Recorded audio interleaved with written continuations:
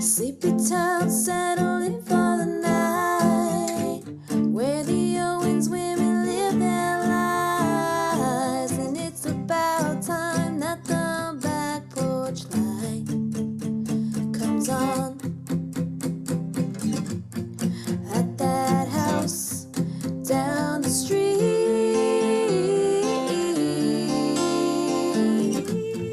at that house on Magnolia Street. I'm impatient because I missed you. We were gonna talk about something on the show. I was like, oh, we have to talk about that. Billy Zane. Your face, Billy fucking Zane. Fuck. All right, we have another Billy Zane story for you guys. First, let's introduce ourselves. All right, so welcome to Magnolia Street Podcast. I'm Christina. Yeah, you're Christina. I'm Justina, and this is the Practical Magic Fandom Podcast. Welcome. Justina has a Billy Zane story for us. So the other night, I sat down with like a nice glass of whatever I was drinking, and Aaron and I couldn't decide what to watch.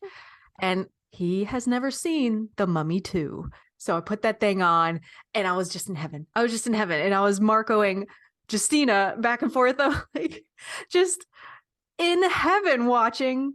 What's that guy's name? Arnold Vazu. I don't even know. I still call him Billy Zane.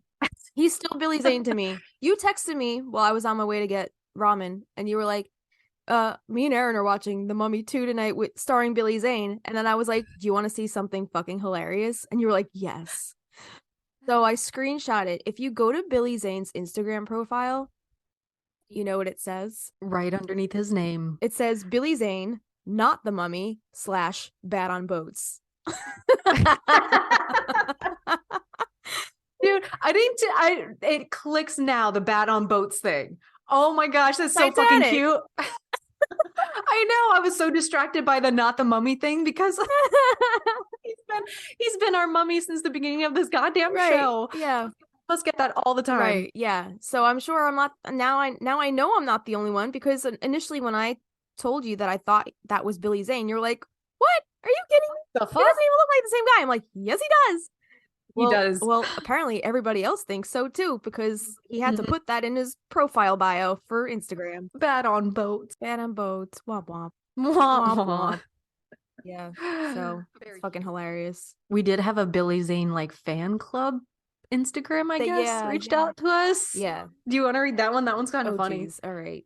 This is from they used his real name. The title is William George Zane. So all right, so the handle is Billy Zane _ like the long _ FP, which I guess stands for fan page. Fan page. Okay. And they said, hi, I just want to say a big thank you for your love and support and comments. Always keep the spirit and keep winning. We will, Billy. Thank you. That's so funny. Oh man. This has gone on way too long, this Billy Zane thing, but it's like the gift that keeps on giving. Everything is so connected. It just keeps coming back around. Oh, one of these days, universe, we're not sure how you're doing it, but please don't stop. One of these days, we're gonna get him on the show, and he's gonna wonder how he ended up here because he has nothing to do with practical magic. But does he? If we're gonna find out. Let's use the Kevin Bacon method. Is it 6 degrees of separation? The 6 degrees of Kevin Bacon? The 6 degrees of Billy Zane. Let's try to figure this out. So Billy Zane was in the movie with Leonardo DiCaprio and Kate Winslet. Who are we trying to connect him with? Anybody from Practical Magic. All right, so let's see how long this takes us. So Billy Zane in a movie with Leonardo DiCaprio and Kate Winslet. I think the odds of him being in a movie with Nicole Kidman, not him, but like his connection maybe to Nicole Kidman is more likely. Yeah. I guess Leonardo DiCaprio is probably the more, he's been in like everything. Has Tom Cruise been in a movie with Brad Pitt? Has Tom Cruise been in a movie with Brad Pitt? I don't know off the top of my head, but let's see. Brad Pitt early on, Gina Davis and Susan Sarandon, Thelma and Louise. Let's see. And then Gina Davis was in A League of Their Own with Tom Hanks. We suck at this. We're really bad at this. He was also in What's Eating Gilbert Grape with Johnny Depp. And Johnny Depp's also been in like everything with everyone. Or no, I got it. Oh, okay. Listen to this. I'm gonna go backwards. Okay, Diane Wiest, Johnny Depp, Edward Scissorhands, Johnny Depp, Leonardo DiCaprio, Billy Zane. Oh my God. Oh my god, dude, that's less than 6 degrees. That's nuts. He's basically in the movie. He's basically in Practical Magic. Billy Zane officially is in the movie Practical Magic. You just never knew it. I am so you proud of impressed. me? That was really good. Dude, how do we not see that that's- connection? I'm like trying to go with Nicole Kidman, Sandra. I'm sure there's other connections, Mhm. but that's like the most simple, straightforward, like beeline right from Titanic to Edward Scissorhands. That's nuts. Oh, all right. I feel like I just like Did you ascend? that was amazing. Oh my god. Well, that was That was fun. nice. Thank That you. that was a fun game. A little brain teaser. I'm so bad at those. You're like, let's go to AI. I'm like, Christina, stop cheating with everything. I need efficiency now. No, but like you gotta work the brain. I know. Otherwise, you're gonna have to take your ginkgo biloba by the time you're like 45. Ginkgo biloba. Ginkgo biloba. I've heard like the ginkgo leaf. Yeah, it's like it's a supplement for your brain, like brain power for old people. Ginkgo biloba. We hope everyone had a pleasant February. This comes out the beginning of March, which means we're looking at Ostara here in a couple weeks. Which is why we're doing this episode, right? Exactly. So if you read the title of this damn episode, you know we're talking about soap making today. Yeah. And within the books, not so much the movie, but within the books, soap making is like a big deal. And it's always done around mid-March. Did you say it was Ostara done time. on Franny's birthday, which is March 21st, right? It's I done on believe her so, birthday? yeah. The most unlucky day of the year, Yeah, right? according to the books anyway. Was that the same? That was the night that Isabel kind of beckoned her out of a deep sleep to come help her? Was that the 21st? Yeah. Do we know? We have an interview Oh, today yeah. with a creator by the name of Den Hertog. We also have some recipes involving black soap, and they're all different. And I have one from way back in the day that I'm going to share with you also. But before that, Justina, do you want to tell us where black soap pops up in the books? All right. So we're gonna you brought up a good point. You said, should we do the books in order for Maria's story first to see the origins? So we're going to start off with the origins of Maria's story, which is Magic Lessons. If you're reading the books in order, that's the one you want to read first, which is also the one that we're starting off in our book club. So this one starts on page 24. This says, Hannah placed her faith in washing her hands with clean water and her strong black soap before any examination. And because of this, she lost far fewer patients. So this actually started with Hannah, which is not a bloodline relative. And she was getting flack from like the people in town because like all the doctors were like, we'll just leech everybody and not wash our hands, basically. And she's like, well, you said it perfectly like a long time ago when you first started reading this, that she reminds you of Claire from Outlander. Yes. Because Claire's always like sanitizing, washing her hands, and that way she, everybody's a little safer. Yeah. And like Claire was also ostracized when she went back in time for, being a healer. She was labeled as a witch. At one point, she was almost hanged. I was just seeing such a connection between the two. I don't think I said Hannah. I think I said Maria. Yeah, I think Maria and Claire reminded me a lot of each other. I was seeing parallels, and also like the visuals that I was getting in my head of her like physical appearance. I was like picturing Claire for sure. All right, so that was on page 24. There's also a little bit more on page 24. This says, she made her own black soap every March. Okay, so this is where it starts.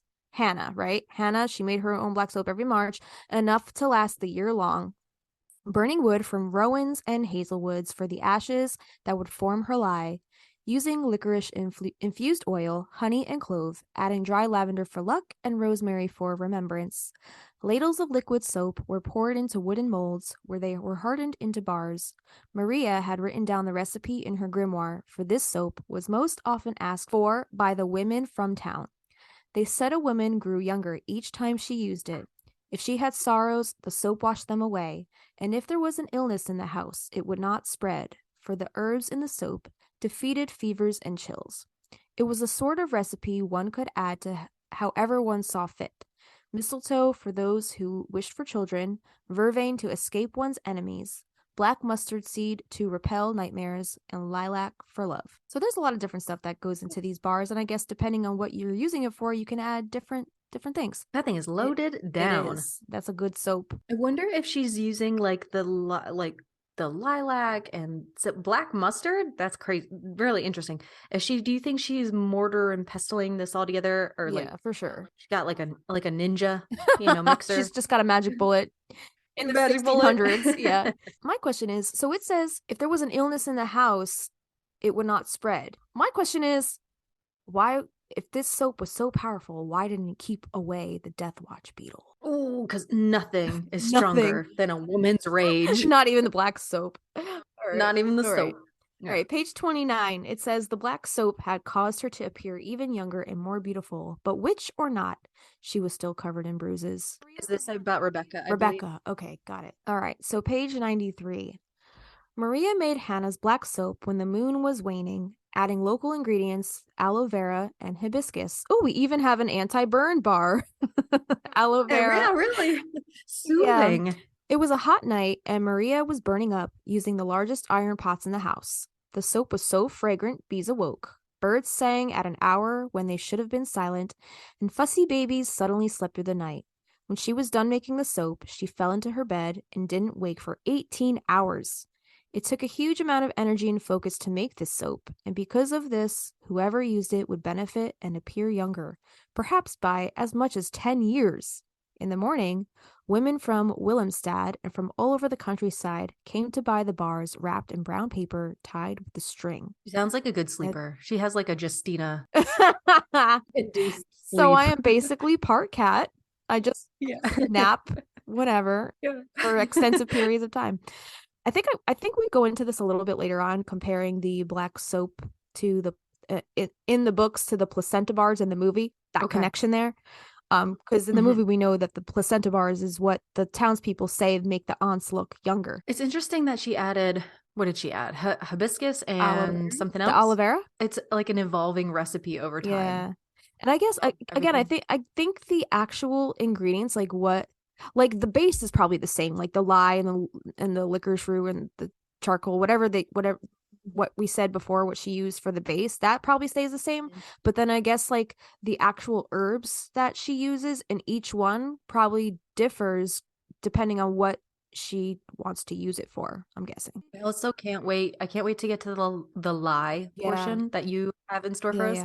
Dude, okay, so you remember that Victorian farm show I was talking about in the Edwardian farm? We're onto the Tudor monastery farm, and they use lye like it's nobody's business. And like I can't with these people. They're so amazing. All right. So when we talk about lye a little bit later, you'll have to tell us a little bit about how they use this lye. All right. Because it's dangerous apparently until it's cured for soaps. So page 245, it says Faith had set up a kettle in order to make the black soap her mother had been known for. She bought or pilfered ingredients that she remembered as useful from the time when she'd watched Maria practice the nameless art. Ginger, lemon, salt, the bark of elm, chokeberries, cherry pits, white candles and black candles, black fabric, red thread, blue beads, feathers, wild belladonna, which was dangerous and agitated the spirit, bright yellow-green ferns, for lightning never strikes where ferns grow. She began to trade her soap for books and herbs, and Finney, the peddler, said every woman who bought a bar of the fragrant black soap had returned to beg for more. I'm confused why she's putting blue beads and feathers in soap. Yeah. What the hell? And red thread? Maybe she's using that, maybe like she's wrapping the soap up and putting that, like wrapping it with the red thread. I don't know. So it says he watched as Maria washed the child's matted hair in a bowl with warm water and black soap that had a distinctive sweet scent, rose and rosemary, sage and lavender. So I'm not sure who that is referring to. Maybe Samuel. Oh, is this the minister whose daughter was ill and Maria came to... Oh, that's right. Yeah. All right, so page 388. Every night, women came for what they needed most: red pepper tea for an upset stomach, or butterfly weed for nerves, or a bar of black soap that could take years off their age, or a charm for love. I love the evolution of it. It's really cool. And it sounds like it changes like every location. There's either something added or something negated, which is really neat. So that brings us to rules of magic. So page 14, it says that every year a box of lavender scented black soap wrapped in crinkly cellophane would arrive from Massachusetts. Susanna, who is Jet, Franny, and Vincent's mother, refused to say who the sender was, yet she faithfully washed with it. Perhaps that was why she had such a creamy, radiant complexion. Franny discovered the potential of the soap after she nicked a bar one Christmas. When she and Jet sampled it, the soap caused their skin to shine, but it also made them so silly they couldn't stop laughing. They filled the sink with bubbles and splashed water at each other and soon were soaked to the skin. When their mother found them throwing the slippery bar of soap back and forth like a hot potato, she snatched it from their grasp. "This is not for children," she said, though Franny was nearly 17 and Jet would turn 16 next summer. All right. And then page 50, it says, "Then came an evening. He was seduced by someone far more experienced than him." This is talking about Vincent, a neighbor. The age gaps in these books is crazy because Vincent's only like 15. Yeah, he's like Okay. super young, and she's like in her He's super young. 30s. By the way, I think I put here, I wanted to talk about his experience with this woman and how appalled Okay. I am at how a woman in her 30s is portrayed, because it makes me feel like an old fucking hag. Okay. I'll let you take that away then. A neighbor who came by Aunt Isabel to buy Aunt Isabel's black soap, the very stuff their mother used every night. And this is in reference to his affair with the neighbor. So this woman would come by looking to buy the black soap, and she noticed Vincent, who was much younger. Her name was Mrs. Rustler, and she was an older woman.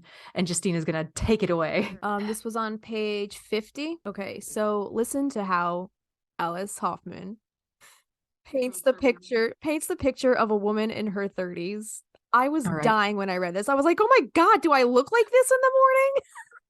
Okay. What? All right, so wait, where is it?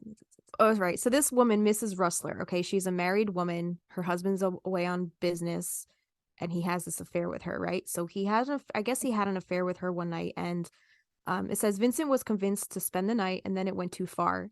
She'd suddenly said something about being in love. Fear coursed through him at the very idea. Mrs. Rustler was in her late 30s. So basically what I am now. I am 39, okay? All right.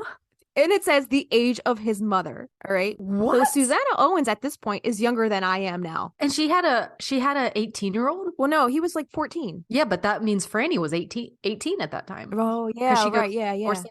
Yeah. No, 17, right? 17? So she's 38. Yeah. She had 21. I guess that's not unheard of. That's not that bad. So it says he realized how old she was when he stayed all night and saw her in the glare of the bright morning sun. I hope my husband doesn't look at me like this in the morning sun. It says it was something of a shock. She was haggard and dull, with sagging breasts. Her nose appeared to be crooked, and there were hairs in her chin he hadn't noticed before. If anything, she reminded him of a very large rabbit. Oh my God. Maggie coming back around. Maggie coming back around. But dude, Alice, why you gotta do us almost 40-year-olds like that?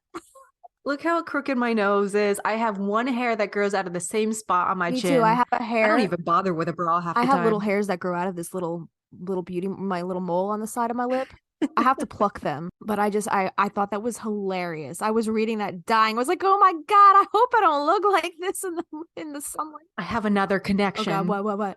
Does that not remind you of What's Eating Gilbert Grape and the woman he ends up having an affair with through the beginning of the movie? Oh my God. Do you remember? Yeah. Yeah. Holy I don't shit. remember who plays that woman, No, I don't remember. but interesting. Yeah, very interesting. Billy Zane. Billy Zane. Oh my God. All right. Page 56, it says the black soap is made in March in the dark of the moon, which in the other book, you said it was during a waning moon. When you had read it in magic lessons, it had said waning. She made it under a waning moon.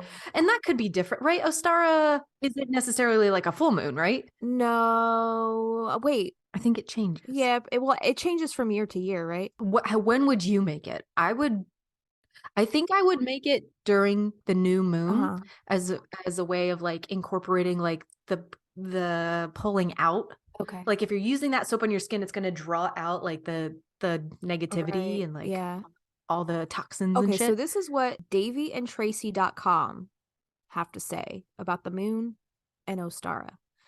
Day and night are equal length for a day or two before the balance tips in favor, because we know that the Ostara is the spring equinox. It's about the balance, right? Ostara corresponds to the first quarter moon, a time of balance, overcoming obstacles, and perseverance. So that's a waxing. Is waxing getting bigger?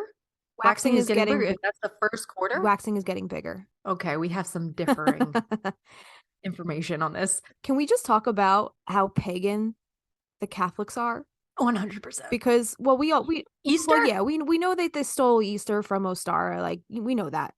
But this article from almanac.com says the curious link between Easter, the equinox, and the moon Easter occurs on the first Sunday after the Paschal full moon. So in simple terms, this is the first full moon immediately following the vernal spring equinox. So there you go right there. The Catholics and Christians, they're acknowledging a moon phase, which determines Easter. And on our last episode, we talked about they will do it after a full moon in case there is ever an eclipse, a lunar eclipse, because if there is an eclipse on Easter, that signifies the end of days. So they will always do the Sunday after the full moon. Right. I think that is witchy as shit, and they are hypocrites. Well, you're drinking the blood and eating the body of the Christ. Jesus was a zombie. He came back to life. Yeah. So there. Oh my gosh. Okay. Getting through page 56. Let's do it. I'll start again. Sorry. The best soap is made in March in the dark of the moon. No, I love all the theory. Yeah. But I think this is when Aunt Isabel is talking to Franny. Okay. But since you're here now, we'll do it tonight. Soap it must be made by somebody in the family. That's why I called you. If you weren't the right person, you would have gone on sleeping. But you woke, so the job is yours. And like I said, this is when Aunt Isabel wakes Franny from her deep sleep to help her make the soap. It's interesting because she doesn't physically wake her. She gets into her dream somehow. Yes. She spiritually summons her. So Franny just wakes up. That would be so fucking funny. She said, and that's why I called you. She's just outside I just thought it was so creepy how she just Franny just woke up out of a deep sleep and just knew that she had to go out into the garden and go to Isabel and help with the soap. And then right after this on page 58, it says, this is where the recipe for our soap came from.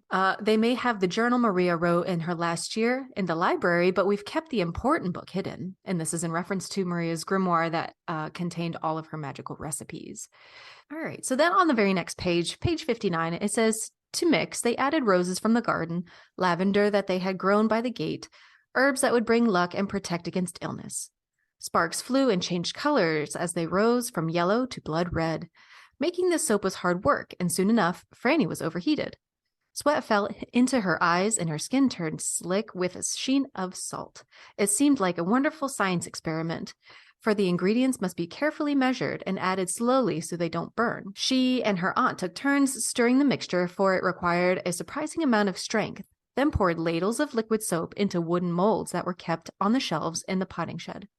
The liquid soap in the molds hardened into bars. Inside each was a dash of shimmering color, as if each contained the essence of the rose they'd added. They wrapped the bars in crinkly cellophane. As they did, Isabel appeared younger, almost as if she were still the girl she had been before she came to Magnolia Street. Franny's own complexion was so rosy from the hours of handling the soap that drowsy bees were drawn to her. As if she were a flower they couldn't resist. She batted them away, unafraid of their sting. When Franny awoke out of that dream and she goes to, I guess, the garden where Isabel's making the soap, it says Cranny crept forward carefully, doing her best not to trip. Franny, I'm sorry, did I say Cranny? I think so. Oh, sorry. It says it was pitch dark, right? Because they did it in the dark of the moon. And Franny crept forward carefully, doing her best not to trip over the holes the rabbits had dug. When she narrowed her eyes, she noted that she wasn't the only one out in the yard. Aunt Isabel was making lye. She was making lye. Mm-hmm. So it's from wood. Yeah, you can make lye. Okay. Yeah, it says she was making lye by pouring water through wooden ashes while talking to herself in a low tone. Could you imagine what she might have been saying during all this? So it says, now that Franny's eyes had adjusted to the dark, she spied a mound of dried lavender on the ground, along with a basket of spices and a pail of what looked like liquid midnight. Must have been that charcoal. Mm-hmm. Or it says, but was in fact licorice infused oil. So I guess that was what it was. So we quoted this before where Aunt Isabel says the best soap is made in March in the dark of the moon. But you're here now, so we'll do it tonight, blah, blah, blah, blah, blah. All right, so Franny actually asks her, or no, she says to Isabel, I don't see why it has to be me. Franny was barefoot and the earth felt damp. She goes, Jet can do it. Isabel gave her a hard look. Her expression sent a deep chill through Franny. Could you imagine just Isabel just being like, just giving you that death stare, like, no, it's you, bitch. Bitch, I woke you up. Yeah, it says her expression sent a deep chill through Franny. It was to be her. That much was clear. Franny noticed the book that was kept in the greenhouse had been brought outside. The fat, overstuffed tome reminded her of a black toad, for it was bound in a covering that resembled frog skin, which we learned that it was cool to the touch. It was filled with deeply personal information, some too dangerous ever to repeat. If there were no family member to inherit it, it would be burned when the owner died out of respect, according to tradition. And then it goes into like the Book of Shadows, blah blah blah blah blah. All right, so it's during this ritual when Franny opens that grimoire to help Isabel make the soap. She actually reads on the first page the rules of magic. So I guess that's where the title of the book comes from, the rules of magic. It says, "Do as you will, but harm no one. What you give will be returned to you threefold, and fall in love wherever you can." That's interesting because, like, at the beginning of this particular book, Susanna has her own rules. Right. You know, no wearing boots, no skipping down the street, no going past 74, whatever, which is really interesting. Right. Yeah. The last rule stopped Franny cold. She says, because the last rule is fall in love whenever you can. And she says, "How is this possible? We're cursed."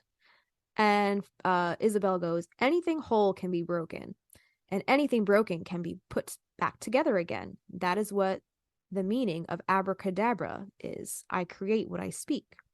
Isabel just speaks in fucking riddles. It's so fascinating. And Franny says, "Are you saying the curse can be broken?" For a moment, Franny felt her heart lift. It hasn't been in several hundred years, but it doesn't mean it can't be," Isabel says. "I see," Franny said moodily. Clearly, the odds weren't on their side. Together, they lifted the old black cauldron to hang on a metal pole over the wood fire. Ashes floated up in a fiery mist. To the mix, they added roses from the garden, lavender that had grown by the gate, herbs that would bring luck and protect against illness. All right, so it says, by the time they were done, the sky was filling with light. Franny felt invigorated.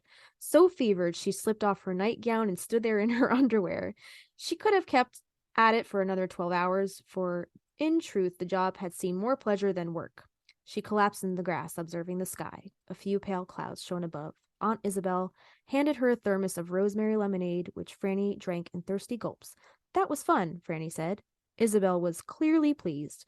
She had packed up the grimoire until it was next needed. For us it was. It would be drudgery for most people. So I guess making soap for them isn't this like tedious process. Like they truly enjoy it. Like it brings pleasure to them. I wonder if it all depends on the person, because if Jet had been the one to awaken, or Vincent, like, would they have been like, "Oh, this fucking sucks," That's a good point. And like the one who is the chosen one, they love it. No, that's the entirety of the ritual. Okay. That's it. That's everything. Okay. All right. So on page 159, it says, "Before the sisters opened a shop on the first floor of the house, they made soap, prepared in an iron pot on nights when the moon was waning." Again, a different right? time. "A pale sliver in the sky above St. Vincent's Hospital on the northeast corner of 7th and Greenwich Avenues." On page 173 to 174, it says, "The only result was an order from a small pharmacy on Bleecker Street for a box of black soap.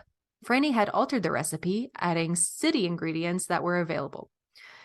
There was no blooming roses outside the door, no lush herbs and flowers as there were in Isabel's garden. So she made good with what she had: a branch from an ash tree in Washington Square Park, 2 dappled feathers." See, what's up with why are you putting feathers in soap? 2 dappled feathers of a nesting dove on West 4th Street, leaves from the wavering lilacs in the yard.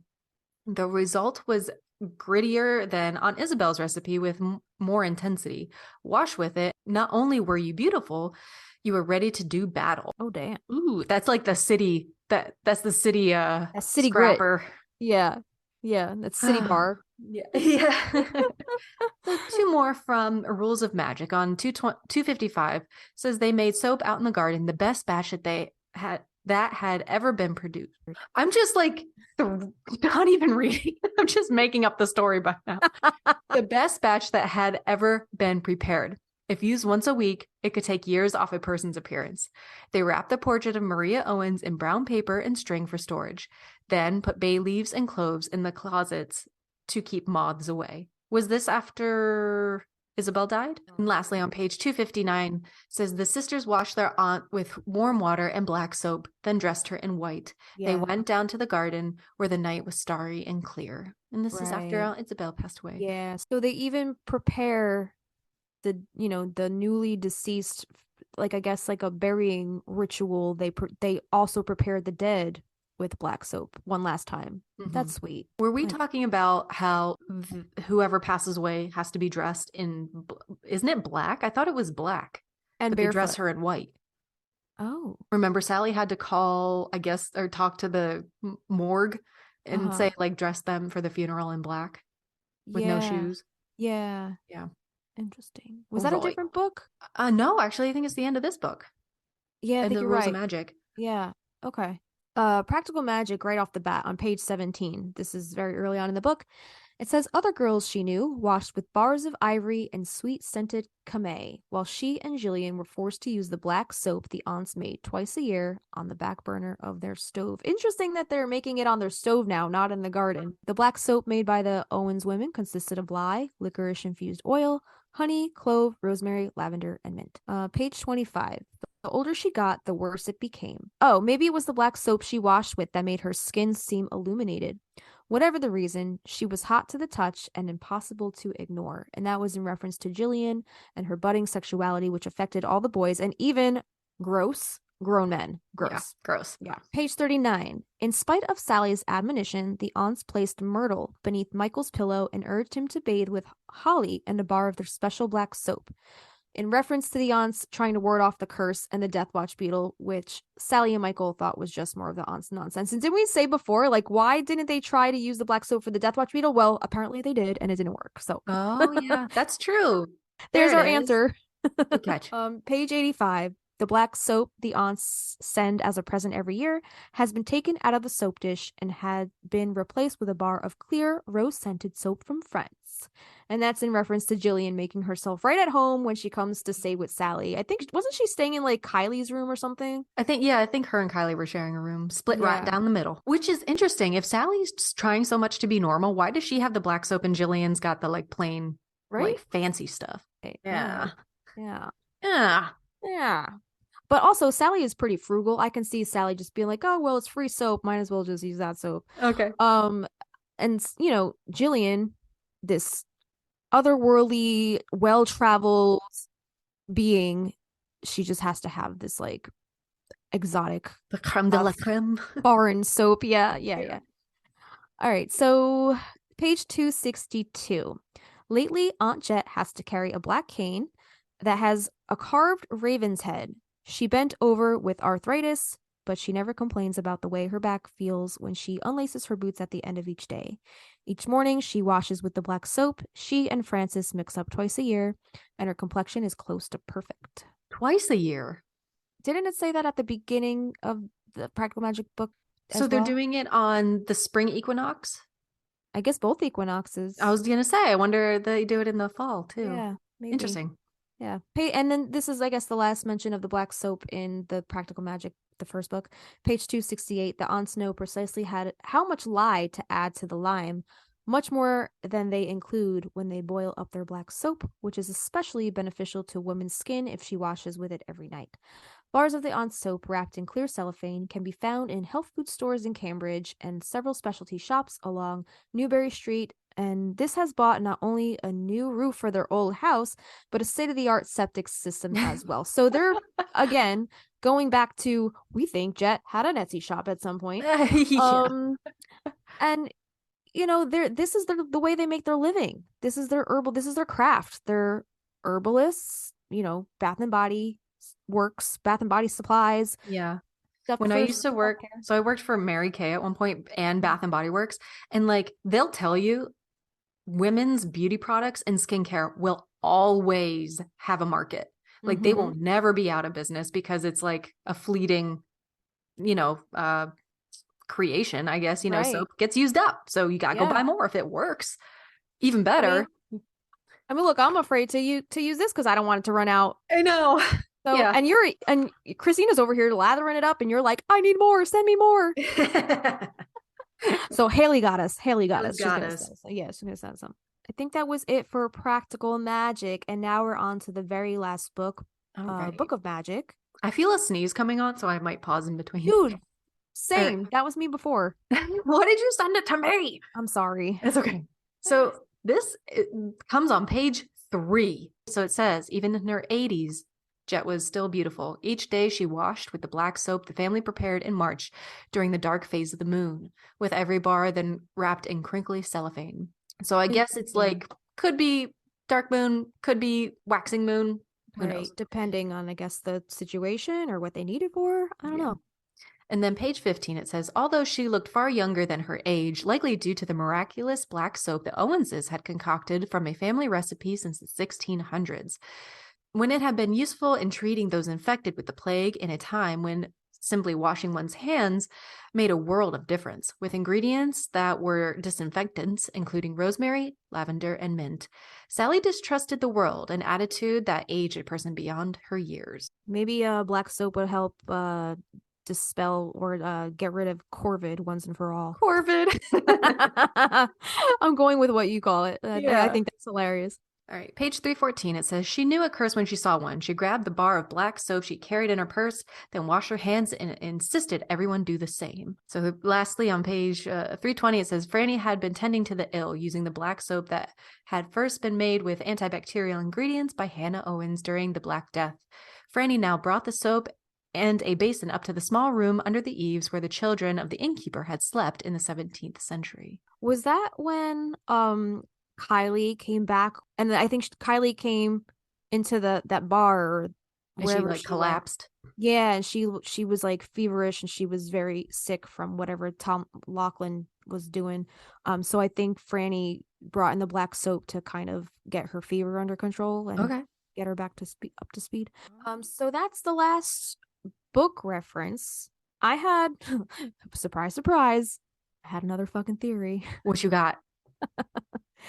All right. So in the movie, even though black soap is never mentioned at all, we've talked about this on a previous episode. We think that the placenta bar in the movie was a placeholder for the black soap that they talk about in the books, because one of the townspeople in the movie said, that's how the ants don't age. I tell you, they just don't age because they make these placenta bars, right? Mm-hmm.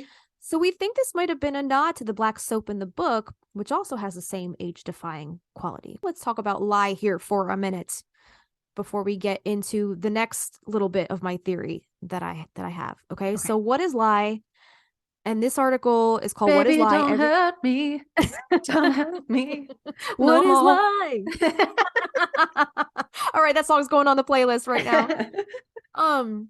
I like your change to the lyrics though. Thank you. What is Lye? Everything You Need to Know and More by Eric Sweeney of edensgarden.com. Okay. So this was posted on February 17, 2022, and this is all about lye. So it says, here at Eden's Garden, we were more than excited to enter the magnificent world of natural bar soap made with essential oils. For something that seems so simple, bar soap making is actually full of complexities, and there is a lot of misinformation out there. A question we hear fairly often is if we use lye to make our cold processed soap. The answer is yes. Lye is oftentimes a misunderstood ingredient. However, once it undergoes a chemical reaction to become soap, it's completely safe. Whether you're curious about how we use lye in our soap recipe or you're interested in making homemade lye soap, we're here to help answer all your questions about the history of soap making with lye and different lye soap uses. So, what is lye? Here we go. A lot goes into making our handcrafted natural bar soaps, and we couldn't do it without lye, also known as sodium hydroxide. Lye is what makes soap soap. So what is lye made of? Lye is a highly alkaline chemical solution. The most common is sodium hydroxide. Also, the other way you can remember lye is alkali, right? Okay. So on the periodic table of elements, it's where's Phyllis? Phyllis, come here, please. We need you. Classic Phyllis. The scientific periodic table of elements. Sodium hydroxide is also known as NaOH, but lye can also refer to potassium hydroxide, KOH. As an alkali, lye solution is highly basic. If you remember in high school chemistry days, pH exists on a scale from 0 to 14. Acids are at the lower end of the spectrum, while bases, also known as alkaline substances, are at the higher end. All right, that's all I'm doing. I'm So, dying. lemon juice has a pH of 2. Water has a pH of 7, which is neutral, and lye has a pH of 13. Oh, So wow. both strong acids and strong bases are caustic and can cause damage to human skin, which is why lye is often misunderstood. If lye comes in contact with your skin, it begins to react with surface oils, a painful prospect that can lead to burns and irritation. Cue in the Fight Club scene. Oh Background. shit, I forgot they were like into that soap making scheme in Fight Club. Yeah, and they like steal the fat, and then he like Yeah. kisses his hand, and then he slaps the lye on his hand, and he burns All right, him. we're gonna have to talk about that scene after this Okay. discussion, because I think that's fascinating. I totally forgot about that whole thing, which Okay. is why they have the bar of soap as the movie poster, right? Mhm. Yeah. Okay. I never like before I even saw Fight Club, I always like wondered why a bar of soap, what soap had to do with fighting. I don't know. Yeah. But we'll get into that. So if the lye comes in contact with your skin, it begins to react with surface oils, a painful prospect that can lead to burns and irritation. For this reason, many might choose to work with melt and pour soap, or soap that is pre-prepared with lye and ready to have extra ingredients added like essential oils or colorants. So what is lye used for? This chemical is essential to a variety of industrial purposes, the most famous of which is making homemade soap. Others include surface disinfectant, curing food, manufacturing processes, and adjusting the pH of formulations. So how is lye made? So here we go. We were asking this before. How is Aunt Isabel making lye in her garden? All right. So back in the day, our ancestors made old-fashioned lye soap by boiling wood ash, which is exactly what you said, Christina. Then lye was skimmed off the top. In addition, some ancient soap makers made an alkali from sodium bicarbonate, also known as baking soda, and calcium oxide. Both of these methods yielded inconsistent lye that made it more difficult to measure its potency and accurately calculate the amount of fat that had to be added to make safe soap. Nowadays, lye is made from ordinary salts. The soap making process works as follows. Salt, also known as NaCl, is dissolved in water. Salt crystals fall to the bottom of the container. Graphite rods are inserted into the mixture. Electricity is then run through the rods. Wow. Attracted by the charge, crystals of lye attach themselves to the rods. After that, the liquid is poured off and allowed to evaporate until nothing but lye crystals remain. Then, this lye can be used for a variety of purposes, including making soap batter. So, how is soap made? What is lye soap? The short answer is that all soap is lye soap. In fact, true soap bars cannot exist without lye. But in order to better understand lye, let's first discuss the question, how does lye work in soap? So bar soap is made through a chemical process known as saponification. Sapo is Latin for soap. A lye solution is combined with oil or fat to cause a chemical reaction. This reaction breaks down the fats or oils into fatty acid chains, and the lye mixture is neutralized in the process. Lye can react with oils and fats in a heated environment or a cold environment. Through a hot process method, soaps can go from liquid form to a solid bar form in minutes. When an outside source of heat is applied to a lye and oil solution, the water molecules in the oil evaporate and the saponification process is sped up. Although hot process soap is much quicker, we chose to cold process our bar soaps. Heat can change the chemical characteristics of essential oils, and we want to deliver their best, most potent effects in our natural soap, which is why we diffuse essential oils. We don't burn them, right? So we don't want to change all of the chemical makeups in those oils.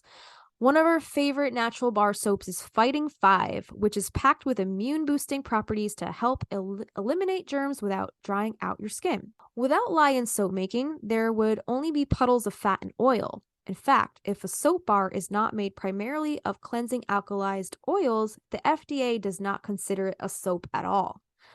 Why do you need lye for soap making? What is soap without lye? Synthents, which are synthetic detergents, which are the most common forms of cleansers on the market, are surfactants bound together in a bar to cleanse and lather. Common scents include hand washes, shampoos, conditioners, and body washes. As a marketing tactic, some cleansers claim to be lye-free soap, though lye is often hiding under the name of another ingredient. Many soaps claiming they are made without lye actually did use it at some point in the manufacturing process. Common ingredients that were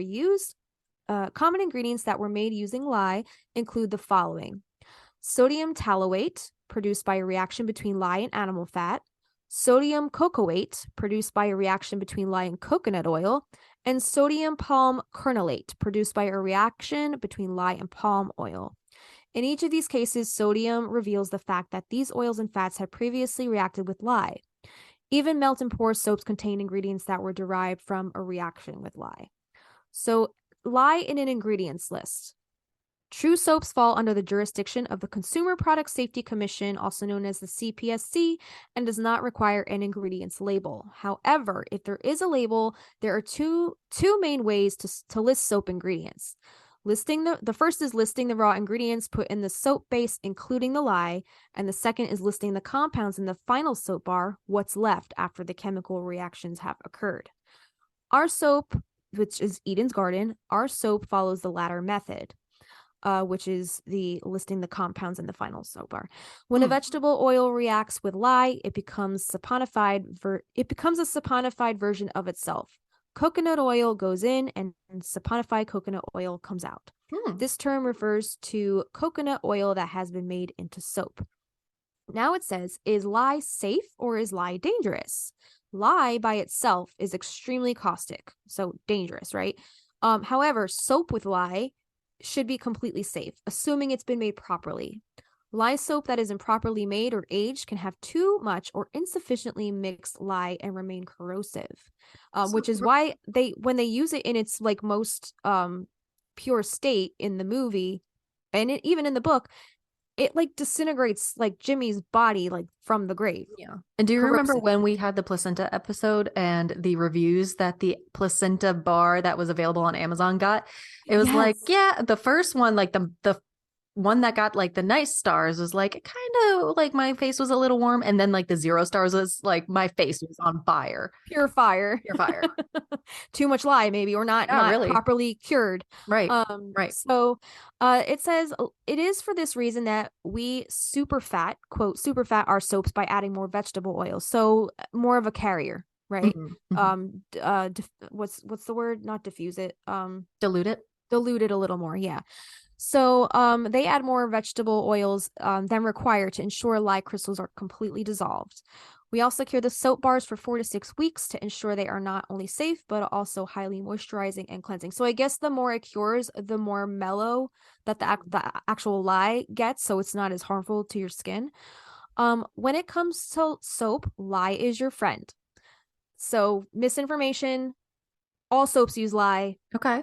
Wow. You know, it depends on how it's cured and how much is used and all that stuff. So let's see where lye is your friend. Through the magic of chemistry, the vegetable oils in our bar soap produce a chemical reaction with lye that leads to the creation of a glycerin-rich soap bar that nourishes your skin while offering the benefits of aromatherapy. So they link some sources here, which we will also link below, and they also have a whole bunch of essentials soap bars that they offer, including the charcoal bar soap, which I'm assuming is also black soap. Then they have a Fighting 5 bar soap, lavender bar soap, lemongrass, patchouli, peppermint. They have all different scents and herbs used in different ones for different things. Cool. And this was written by Erin Sweeney, Eden's Garden COO and head of development. And then the article was also reviewed by their lead aromatherapist, Bella Martinez, who is a certified aromatherapist, natural skincare formulator, and Eden's Garden's lead aromatherapist and industry expert. So that's a kind of well-rounded kind of base of lye, what it is, how it's used, how to use it safely. So yeah, it doesn't matter even if you're using glycerin pre-poured or like pourable soap to make at-home soap bars. Those already have lye in it. They're just cured and already safe to use. So that's the only difference. Wow. Yeah. So we learned about lye today. I loves it. Yeah. So now knowing what we know about lye, and know that it is used in soap making, especially in practical magic, let's take a look at some of the mentions. Okay. So we took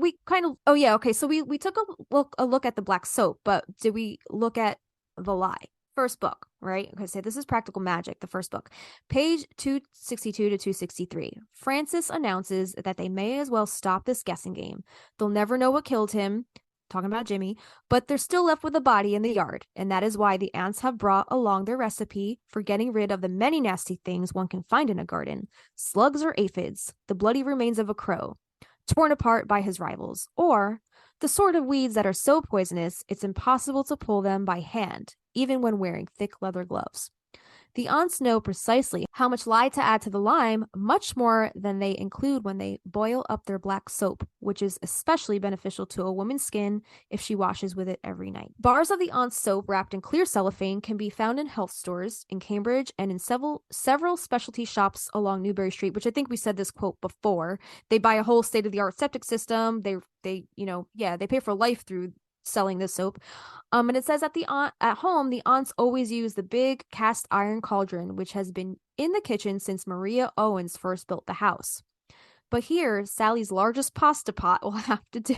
They'll have to boil the ingredients for 3.5 hours. So even though Kylie is always nervous that someone down at Del Vecchio's will recognize her voice as the one belonging to the wise acre who had all the pizzas delivered to Mr. Fry's house a while back, she phones in, asks for 2 large pies. She orders the pizza while the aunts are boiling lye. That's a big old run-on sentence. Alice, what happened? I don't know. But anyway, so Kylie's ordering this pizza, and the aunts are concocting this lye mixture on the back burner of Sally's apartment or house. The back burner starts to bubble, and by the time the delivery boy arrives, the sky has grown stormy and dark, although beneath the thick layers of clouds is a perfect white moon. So, question. So, all right. Initially, they use Maria's cast iron cauldron that's passed down from generation to generation. That's at Magnolia Street. On Magnolia Street. So this is a heavy duty, like cast iron, thing. Yes. Orifice. Do you think, I don't know how lye works with, like, I guess, materials? Metals. Yeah, metals. Do you think it would have, like, eaten through your run-of-the-mill pasta pot? I don't know. I don't know. In the book, it worked, but would it work in real life? The pot that they were using in the movie, though, was not cast iron. It looked like either. Right. Maybe metals are okay? All right. Okay. We'll have to research it a little more. So page 265. Ben Fry visits as they're creating this lye potion on the stove. Ben doesn't catch on to their anxiety any more than he notices the fiery scent rising from the pot on the stove. He must presume the smell emanates from some special cleaning fluid or detergent, or perhaps some small creature, a baby squirrel or an old toad, has curled up to die under the back doorstep. Dude, real quick, guys, we're kind of doing this out of order. So you're going to hear an interview between us and Laura of Enchanted Journal. And she says, like, if you're going to be using lye in the kitchen, you have to wear like a gas mask. Like you need ventilation. And it doesn't sound like the Owens are following protocol. The Owens are giving no fucks. Yeah. They're like, we are magical ethereal beings. Fuck up your will lungs. not be affected by caustic or whatever that shit is. So page 269, Sally and Jillian take the pot from the girls, although Jillian keeps her eyes closed as they turn it over and pour out the lye. The damp earth sizzles, and it is hot. As the mixture seeps deeper into the ground, a mist appears. It's the color of regret. It's the color of heartbreak. The gray of doves and early morning. Step back, the aunts tell them, for the earth has begun to bubble. The roots of the thorn bushes are being dissolved by the mixture, as are stones and beetles, leather and bones. They can't move away fast enough, but still something is happening beneath Kylie's feet. Damn it, Sally cries. Right under Kylie's feet, the earth is shifting, falling in on itself, like a landslide going down. Kylie feels it, she knows it, yet she freezes. She's falling into a hole. She's falling fast. But Antonia reaches to grab the back of her shirt and then pulls. She wrenches Kylie back so hard and so fast that Antonia can hear her own elbow pop. The girls stand there out of breath and terrified. Without realizing it, Jillian has latched onto Sally's arm. She's holding on so tight, Sally will have marks of her sister's fingers on her skin for days afterward. Now they all step back. They do it quickly. They do it without having to be told. A thread of blood-red vapor is rising from the place where Jimmy's heart would have been. A small tornado of spite that disappears as it meets the air. That was him, Kylie said, of the red vapor, and sure enough, they can smell beer and boot polish. They can feel the air grow as hot as embers in an ashtray, and then nothing at all. Jillian can't be sure if she's crying or if the rain has begun, but he's really gone, Kylie tells her. So let's go back to the movie for a moment. After reading that passage in the book and knowing what we know about the mixture of the lime and the lye and how it dissolves Jimmy's spirit bone remnants from the grave. So can we assume that the bubbling mixture that Aunt Frances is stirring at the end of the film, just before they exorcise his spirit from Jillian, is the very same lye and lime mixture they concoct at the end of the first book? Because it's never said in the film what exactly is bubbling in that mysterious pot that Frances is stirring, where she goes, "It's excellent for the paws." Like they never say what that is in the movie, and I always wonder what it was, but then they say it in the book. So I think it's just like a nice little nod to the book, even though they don't really explain it in the movie. I agree. I know you can see other things like floating around in there, but it's like a witch's cauldron. You know, it's just playing into that stereotype, which is cool. But if it is lye, girls are hovering right over that steam pot. So Frances is like, excellent for the pores. That'll friggin' melt your lungs. melt your face off. Like, what? Yeah. Oh, man. All right. This is a fun job we have. Now knowing what we know about lye, like, definitely don't do that. If don't do that in your kitchen. No. So I go on to say here, also, just like in the book, the pot is then poured over the grave to get rid of Jimmy once and for all. The main difference between the film and the book here is that in the film, they still have to exorcise Jimmy's spirit from Jillian and sweep his ashes out of the house and back to his grave before dumping the pot on it. In the book, Jillian is never possessed by Jimmy, so no such exorcism occurs. That's the only difference. And I've noticed too in the movie, like if you watch, like when they pour onto the ground, you can kind of see the ground like mush itself in, like it settles in kind of concave fashion. It's really cool. So there are some like little remnants of the book, like little nods to the book, which I think are really cool. Even though they never fully explain all that. But another thing I want to mention about the movie, and what I think is a cool little twist that you might overlook if you're not a psychopath like me and don't like just read into every single freaking thing, but knowing what we know about lye and its use in soap making, is it safe to say that the aunts have lye on hand not only to make the spirit be gone potion at the end of the film, but also because it's hinting that they do in fact make placenta bars? I would guarantee they're making placenta bars. But like, I just think it's like, it's a nice little nod to the placenta, to the black, not only the black soap, but going back to the rumor that the townspeople have about this placenta bars, the soap making, the bars in general, like they kind of like deny through the whole movie. And then at the very end, once the townspeople are accepting of them, then they bring out that lie and they're like, you were right. Maybe we do make soap. Awesome. Or placenta bars. Since we kind of like, we're kind of joining the two, we've made a connection between the two at this point, I think. So I think it's safe to say that they kind of gave that little nod at the end of the film, like, yeah, we do make those placenta bars. Which we did not have in the book versus movie because we didn't do our research as of the second episode we ever did. So that means I think we're going to have to maybe include another book versus movie later on. We've fallen down the rabbit hole. Like now that we're really falling down this rabbit hole, like all this, like we're making all these connections, and I just think it's so much fun. But why don't you tell us a little bit? Did you pull some stuff up about Fight Club? Oh yeah, I'll try to skim through it. It's from edubirdie.com. It's a writing platform. Apparently it's the symbolism of soap in Fight Club, and it doesn't have an author. And for those of you who don't know what Fight Club is, it was a 1996 novel by Chuck Palahniuk. I think that's how you pronounce it. And then it was made into a movie with Brad Pitt and Edward Norton. Meatloaf is in this fucking movie. I know. Bob has bitch tits. My boy Meatloaf. It's a good movie. It's a good movie. It is. So Brad Pitt plays a character named Tyler. All right. So in the novel, Tyler works several night jobs where he disrupts companies and harms their clients to display his contempt for the consumerist culture and corporatism.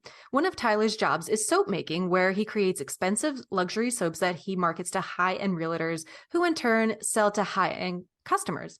Tyler despises wealth and vanity that characterizes the upper class society and explains that his soap making venture is an act of resistance and cleansing because it cleans and renews the morality corrupt members of society. Tyler explains to the narrator of the novel that ancient civilizations, it does go on to tell a little bit about the soap, but for context, the ancient civilizations would make human sacrifices, and the runoff from the furnaces would be discharged into the water sources like rivers. Tyler explains that the discharges from the human sacrifices contained lye, that would make clothes cleaner from the water from any part of the river's course. The locals then used the discovery of lye to invent soap that is actually used to clean clothes. In Tyler's perspective, without human sacrifice, there would be no progress in humanity. And he tells the narrator, you have to see how the first soap was made of heroes. So in Fight Club, soap and soap making have been used as a manifestation of cleaning and renewal. Tyler explains that the process of manufacturing soap is brutal and demands sacrifice because animals have to be slaughtered in the process and their bodies harvested to generate the state of cleanliness. The process of soap making thus signifies the brutality that exists in the world, etc., etc. In the narrator's world, soap has a crucial role, and Tyler's description of the manufacturing process takes a sinister tone when he talks about glycerin, which can be weaponized by mixing it with other compounds. Tyler says that you can mix the glycerin with nitric acid to make nitroglycerin, which is the compound that was the burning effect. So again, he like kisses Edward Norton's hand, and the saliva is reacting to the nitroglycerin, I guess. Oh. The narrator demonstrates this nature when he starts burning. Oh, this has spoilers, guys. He starts burning a hole in his own hand, and move that is symbolic of the theme of sacrifice in the book. So that character, they end up like dumpster diving, I guess, outside of liposuction clinics to use that fat from the bins, and then they return to the laboratory to prepare soap. They turned that whole house into like a soap making processing plant, right? Tyler claims that with enough soap, you can blow up the world, thereby underpinning the importance of soap and in the making of world anew. Soap has been used as a large-scale cleanser for tearing down the whole world to rebuild it afresh. He recounts how soap became an explosive material that could be used to instigate terrorist attacks in a scheme called Project Mayhem that would see the destruction of financial institutions, et cetera, et cetera. So they have a different symbolism for this movie, and there is a whole scene, quite a few scenes, right, with the soap making. The soap making, yeah. But what is this soap? Does the soap actually have anything to do with the actual Fight Club, with the fighting? Is there a correlation between the soap and the fighting? I don't remember. Yeah, I don't remember. It's been a while since I've seen it. It was quite the essay, so yeah, I was trying to skim through it. Very interesting, though. We should watch that movie again. Add that to our list on our Discord. All right, I'll do that right now. But that's all we have for as far as references to the book and the movie, and the kind of the correlation between the soap and the placenta bars. Anyway, I think it's synonymous. Yeah, I agree. All right, guys, it's about that time we take our short break, and when we come back, we are going to be talking to Laura Den Hertog from Enchanted Journal, and we're going to be discussing all the ins and outs of her black soap making inspired by practical magic. So stick around. You're listening to the Magnolia Street Podcast.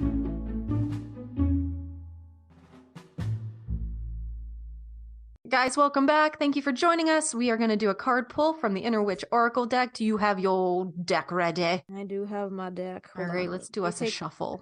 All right, can you hear this at all?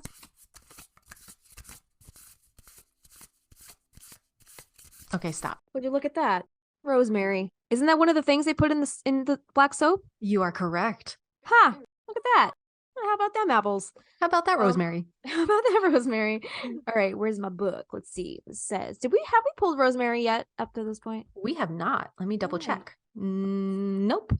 Wait. All right. I love a new fresh card. So the keyword on this card is purify.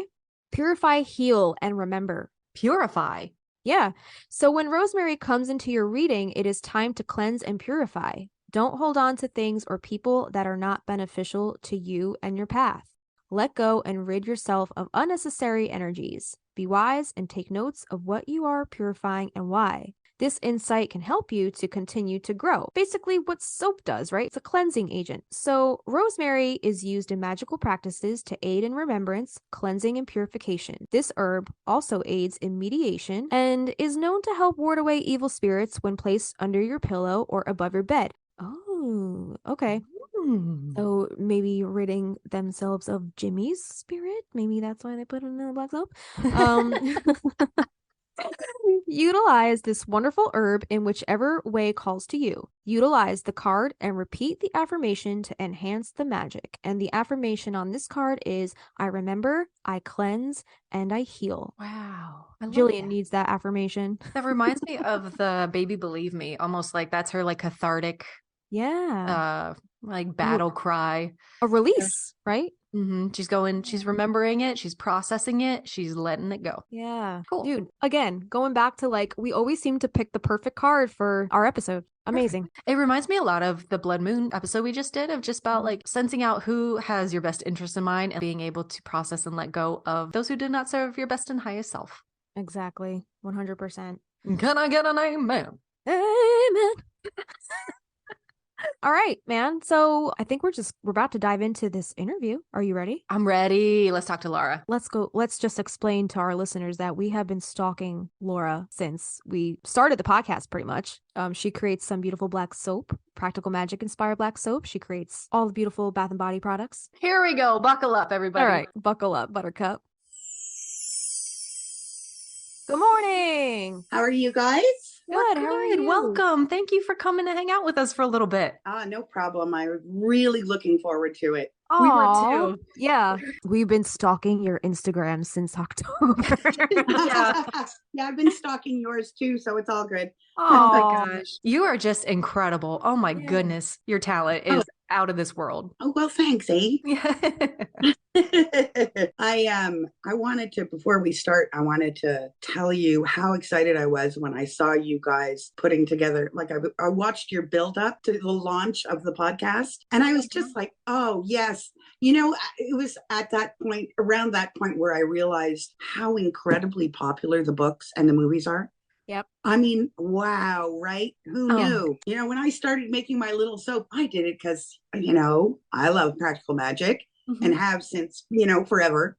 But I had no idea how widely loved it is. It's amazing. So anyway, I'm really thrilled that you guys are doing this. And I have been listening to the podcast. I'm a little behind. Yeah, it's because, you know, it's a lot. There's a lot. They're very long episodes. We know. We were just A, outraged, but B, like thrown back that nobody had done a podcast yet. Yeah. And there were I know Alice has written the 4 books, and it's, you know, that was it. We're like, there's got to be more. And we know there's so many creators out there with this amazing talent that just keep this story alive in their own way. So we're super excited to get to talk about your way of keeping this story alive. Yeah. Thanks. Yeah. Yeah. All right. Awesome. All right, Justina, could you give our lovely guest a proper introduction, please? All right. So we have a special guest I was going to say in the studio for you On guys. We're not in the Magnolia studio. On Magnolia Street. That's right. We have a special guest today. We are so excited. This is the very first special guest we are having on the show. So we would like to warmly welcome Laura Den Hertog. She is a Canadian-based artist who we found through her practical magic-inspired black soap on Instagram. However, Laura is an immensely talented fine art painter whose work has been revered by art critics and is in public and private art collections across the USA, Canada, and Europe. In her recent years, her focus has shifted to include producing art and products in tandem with nature. She creates medicinals, creams, scented oils, and of course, black soap. So, Laura, thank you for coming to Magnolia Street today. We warmly welcome you, and we are so excited to have you today. I'm really excited to be here. And gee, I didn't know I was your first guest. Yeah. No pressure. Gee whiz. None at all. So we have a few questions for you, but I think one of the questions we want to know is like, how did you come to find practical magic, and when, and did you read the books first, movie first, and your feelings about that? And then we'll get to the list of other questions. Well, I'm a little bit older than you guys. So I actually read the book way back in the day, you know, when it was published, and I got it from the local library. And the movie, you know, I I don't know if I saw it the year it came out, maybe, but I just loved it. I mean, I have owned over the years every possible format the movie's ever been put out in. So I had a VHS tape, I had DVDs. For a while, I even, don't tell anybody, had a pirated Who version hasn't? so that I could watch it online. And now I just own it on Prime. Yeah, big fan. How old were you when you read it? I would have been in my early 30s. So small children, at home mom, working at home. Right. Yeah. It's such a beautiful movie to just like romanticize, like just that house, right? Like you just want to live in that house. You just want to be on Magnolia Street. You know what? The movie makers, but also Alice Hoffman, I think she really tapped into like a universal thing when she chose her setting, chose the house, all of the details, both in the movie and in the book, about that house and where it's situated and all of that. Who doesn't want to live there? Right? Yeah. Don't you just want to live there? That day we hit Yeah. the lotto, man. Yeah. The house is I going up. know. We're gonna open that Seriously. Airbnb. Here's a true confession for you. And it's not, okay, yes, I've always been a fan of practical magic, but when I went house hunting, I wasn't thinking practical magic, okay? I was just, my sister and I my kids grew up. They were out on their own. I had gone through a divorce. My mother had passed away, and I lived in suburbia, and I wanted out of suburbia. And so did my sister, and we're very close and always had been. So we decided we were going to make our great escape to the country. And we started to look for houses, and we looked at all sorts, and we knew the area we wanted to be in. The day we came to see this house, we just knew. And it wasn't until, it's a really cool place. It's a Victorian farmhouse. That's awesome. On a couple of acres with the Ottawa River in the backyard. It's a ways away, but it's down there. It's a truly spectacular place. Yeah. And it's also a little bit funky. It's, you know, the trim on our house is blue, purple, and fun. orange. Anyway, so you can understand, we just fell in love with the place. It's just so friggin' perfect. But it wasn't until I started doing the soap making thing and all of that, like the practical magic thing, that I realized how similar the house is. Not only is the house very similar in its situation and its look, but I'm living here with my sister. Yeah. That's amazing. Right? That is inherently witchy. Whoa, right? That was a little Amazing. mind-blowing. When I realized that, I was like, now wait a second. Yeah, you manifested your very own Magnolia Street. That is amazing. Exactly. Yeah, so I'm living the dream, girls. You are. That is incredible. And the suburbia that you mentioned, if y'all go to Laura's website and read her about the author. Oh, it's hilarious. The very first thing is I got the cops called on me a lot. And I was like, I'm hooked. I got to read this. Fascinating. Oh, yes. My neighbors really couldn't handle all the things I was always doing. I was, doing creative pursuits and, all sorts of witchy things too. Although, I mean, that wasn't public, but still, anyway, yeah, I got in trouble a lot. Just, color outside the lines, and suburbia does not like that. What did the cops have to say about it? You know what? They were so sweet. I had a neighbor who would call them, I don't know, every time I stepped out the door, she'd be like, I don't like how she's dressed. Call the police. Oh my goodness. So they showed up a lot, and I get to know them. So towards the end, they'd show up and they'd go, hi. Hi. Yeah. And he goes, I'm really sorry, but we have to investigate. So here I am. I can see that what you're doing is perfectly safe and fine. Bye. See you next time. See you next time. They're like, we'll be back. Yeah. Very apologetic and sweet about it. So adorable. It was fine. Yeah. Your neighbors were like, she's out there making placenta bars. Oh, exactly.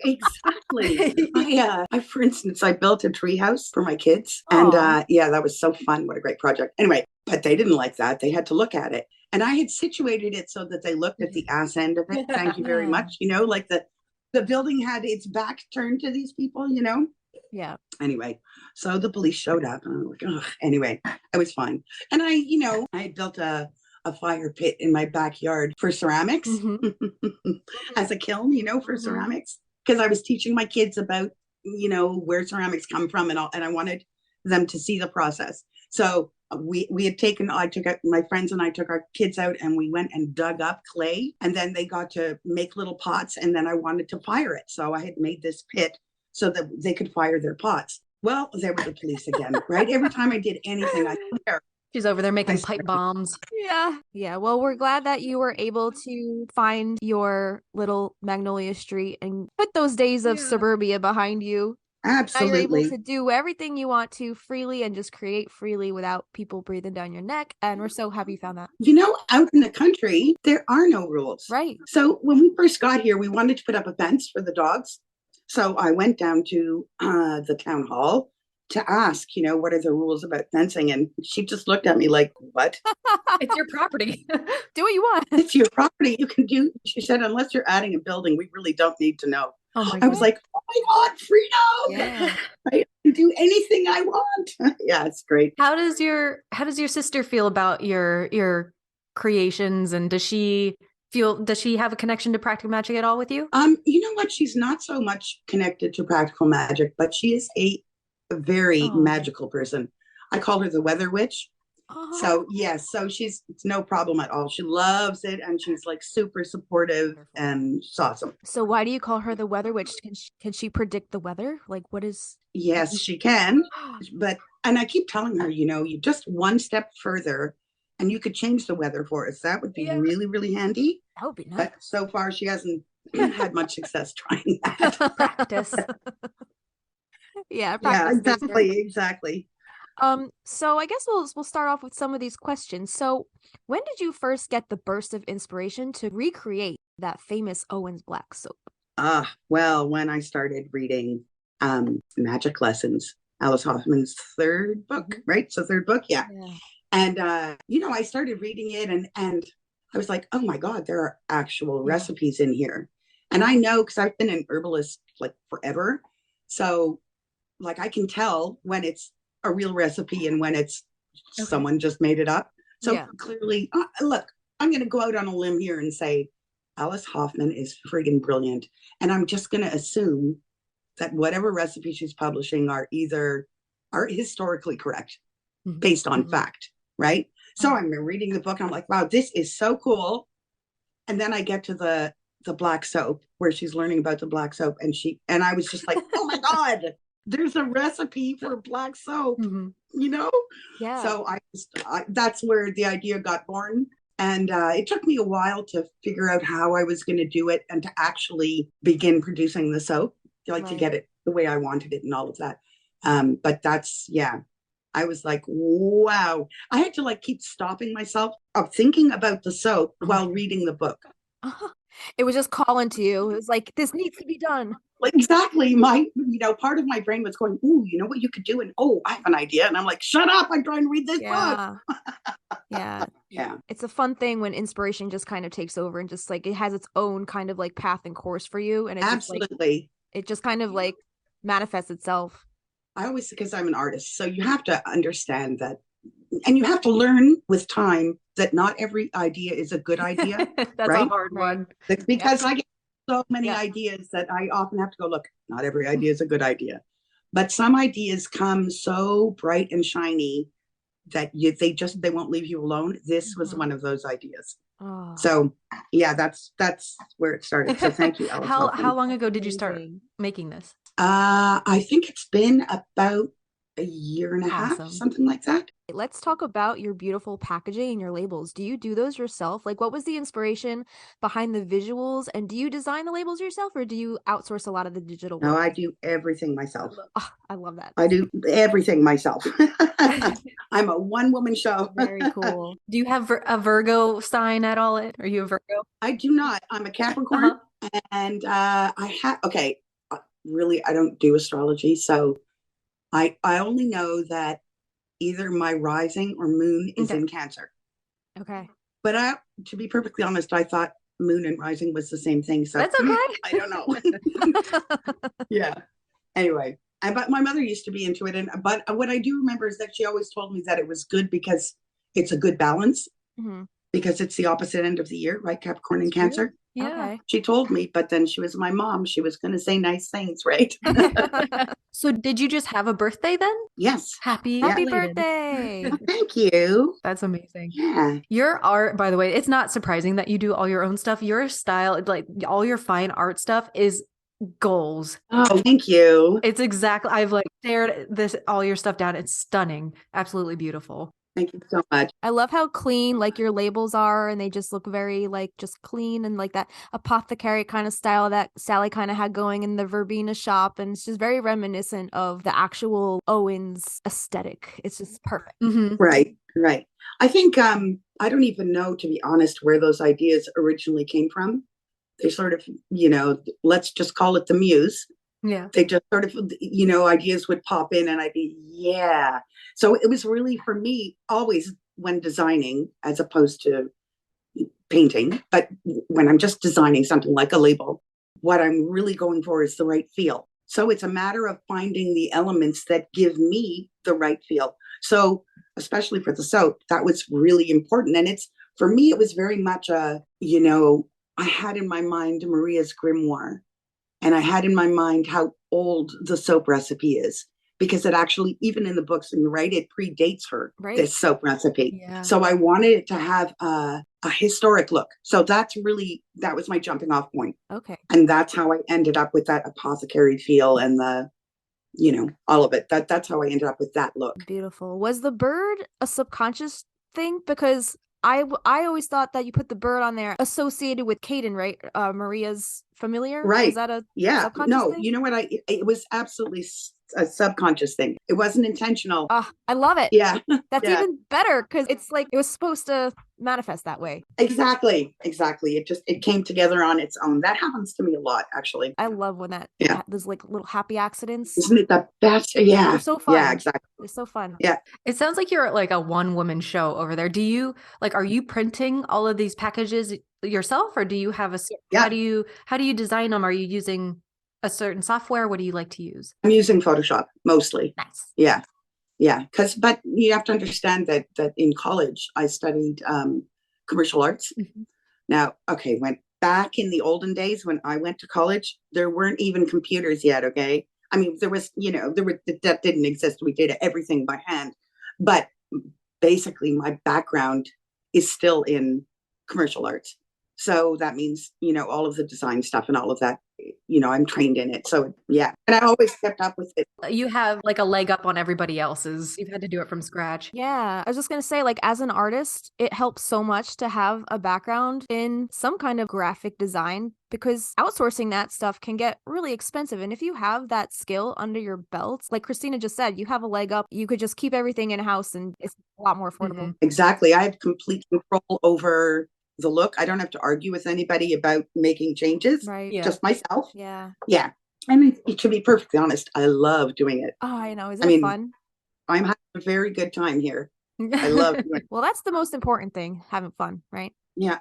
Yeah. I was going to ask, how many like soaps do you do at a time, I guess? At the moment, the most that I can produce in a day is 20, because I don't have a whole lot of equipment. Okay. But I prefer to do just 10 in a day. So they're not large amounts. I actually, just before I came on the call with you guys, I thought I should go and see how many soaps I've actually sold. Like, through my Etsy shop. So it's 156 soaps I've sold so far. Wonderful. Amazing. I was like, wow, lot of soap. Yeah. Do you typically get a lot of Practical Magic fans that are purchasing your items, or is it just people that just want your black soap? No, it's all Practical Magic fans. Bringing us together. Yeah.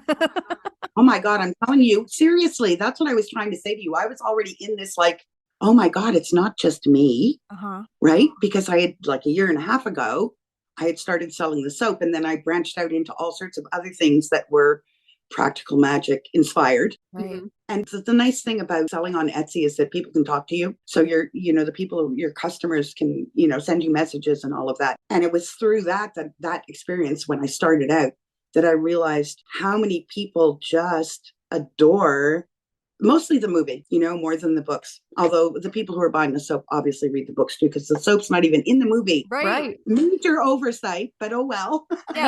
Yeah, we were comparing the soaps in the book to the placenta bars in the movie. Like, there's got to be some kind of connection there, because the placenta bars is what in the movie the townspeople say keeps the aunts looking young. That's why the aunts don't age. Yeah, that's what I'm saying. They dropped the ball on that one, I think. Yeah. In my humble opinion. Yeah. So I think you said in your email that you don't use the lye, right? You don't use lye? No. Okay, so here I was all excited about making soap, right? And I'd made soap before, but I'd only ever made glycerin soap. I'd never gone down the lye route. Lye is caustic. So it's literally a dangerous chemical, especially when you mix it with other things. Soap bars, lye soap, it's a chemical reaction. So if you're going to make lye soap, you have to be really careful. You have to know what you're doing. So if you're going to do it indoors, for instance, you're going to do it like with a gas mask on, because it's not just don't get the stuff on your skin, but don't inhale it. Wow. Because it would be literally caustic in your lungs. Okay. Yikes, right? Yeah. Or you do it outdoors, which of course is, what they used to do. They used to just do it outdoors. Anyway, so I thought, okay, this is that's going a step too far for me, because I never learned how to do it. And it felt like too much. However, I really wanted to stay true to the original recipe. So in the original recipe, she uses ashes. She makes her lye from the ashes of rowan and hazelwood. Okay. So I thought, okay, well, I don't want to leave out the rowan and the hazel. So as far as I'm concerned, in order to be authentic, it's really important that you have the right energies present. So I thought, okay, I need to find a way to add the energy of rowan and hazel. So I have rowan trees, of course. I mean, what witch's house wouldn't have a rowan tree, right? So I have rowan trees. And it happened to be the right time of year where I could go and collect the berries. So I collected the berries, and from my rowan tree, which wasn't nearly enough, so we had to go searching. But that's okay. We're in the country. We went searching. We found rowan trees, picked the berries, dried them, ground them down, and used them in the soap, so that I have the energy of the rowan is in the soap. And for the hazel, I ended up using hazelnut oil, because it turns out that hazelnut oil is also really good for your skin. And it's not it's a very light oil.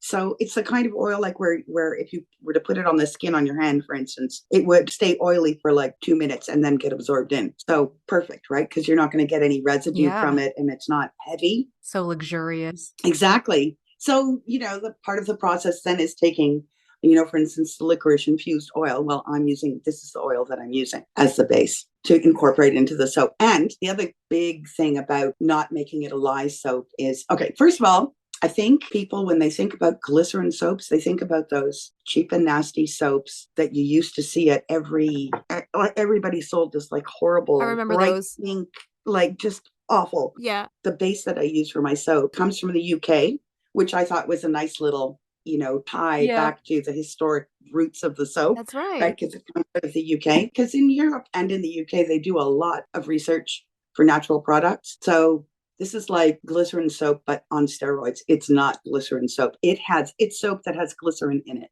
So that's the base that I use. So I bring it in from there, and then I add my ingredients, and then I add my magic, and ya bada bing, ya bada boom. Beautiful. So do you have any kind of like ritual that you do while you're making this soap? Like, do you do it during a certain moon phase? Like, I don't. Okay. You know what? I couldn't do that, because imagine if I only had one day a year where I could make soap. So no, I don't. What I do is I make sure that the soap, that once it's created, that it gets touched by moonlight. Oh, beautiful. And I think that that's just because I had this idea in my head about the moon and making that tie-in. So, but other than that, it doesn't matter what phase the moon is in, whatever it is, it doesn't matter. As long as it gets touched by moonlight at some point, I'm happy with it.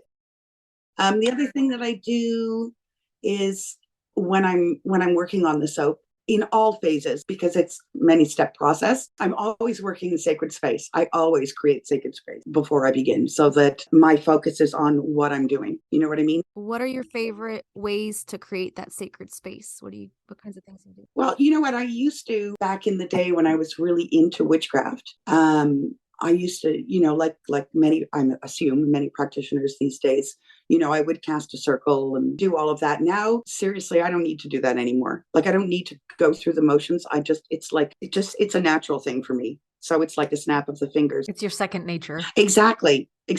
But it's a practice thing, you guys, it's because I've been at it so long that I don't need like tools and that sort of thing anymore. I can just go boom and sacred space. You know what I mean? Yeah. I'm like, I'm in my dome. You're I'm in in your my zone. bubble. And my Yeah. bubble is sacred space, Right. Do you like to like burn any kind of like incense or set the mood? Like, do you like candles? Do you incorporate any kind of like the presence of crystals? Music. Like, what do you listen to when you create all the soaps? I don't actually. Okay. Yeah. I do when I'm doing art. I definitely, music's a big part of that. But no, because you know what, my focus really needs to be on what I'm doing. Right. So all that other stuff is, for me, becomes a distraction. Okay. Like, I don't want to worry about a candle burning, or it's more like, okay, look, when you're doing herbalism of any kind, it's really important to be clean, right? So part of my setting up sacred space is getting everything clean and ready.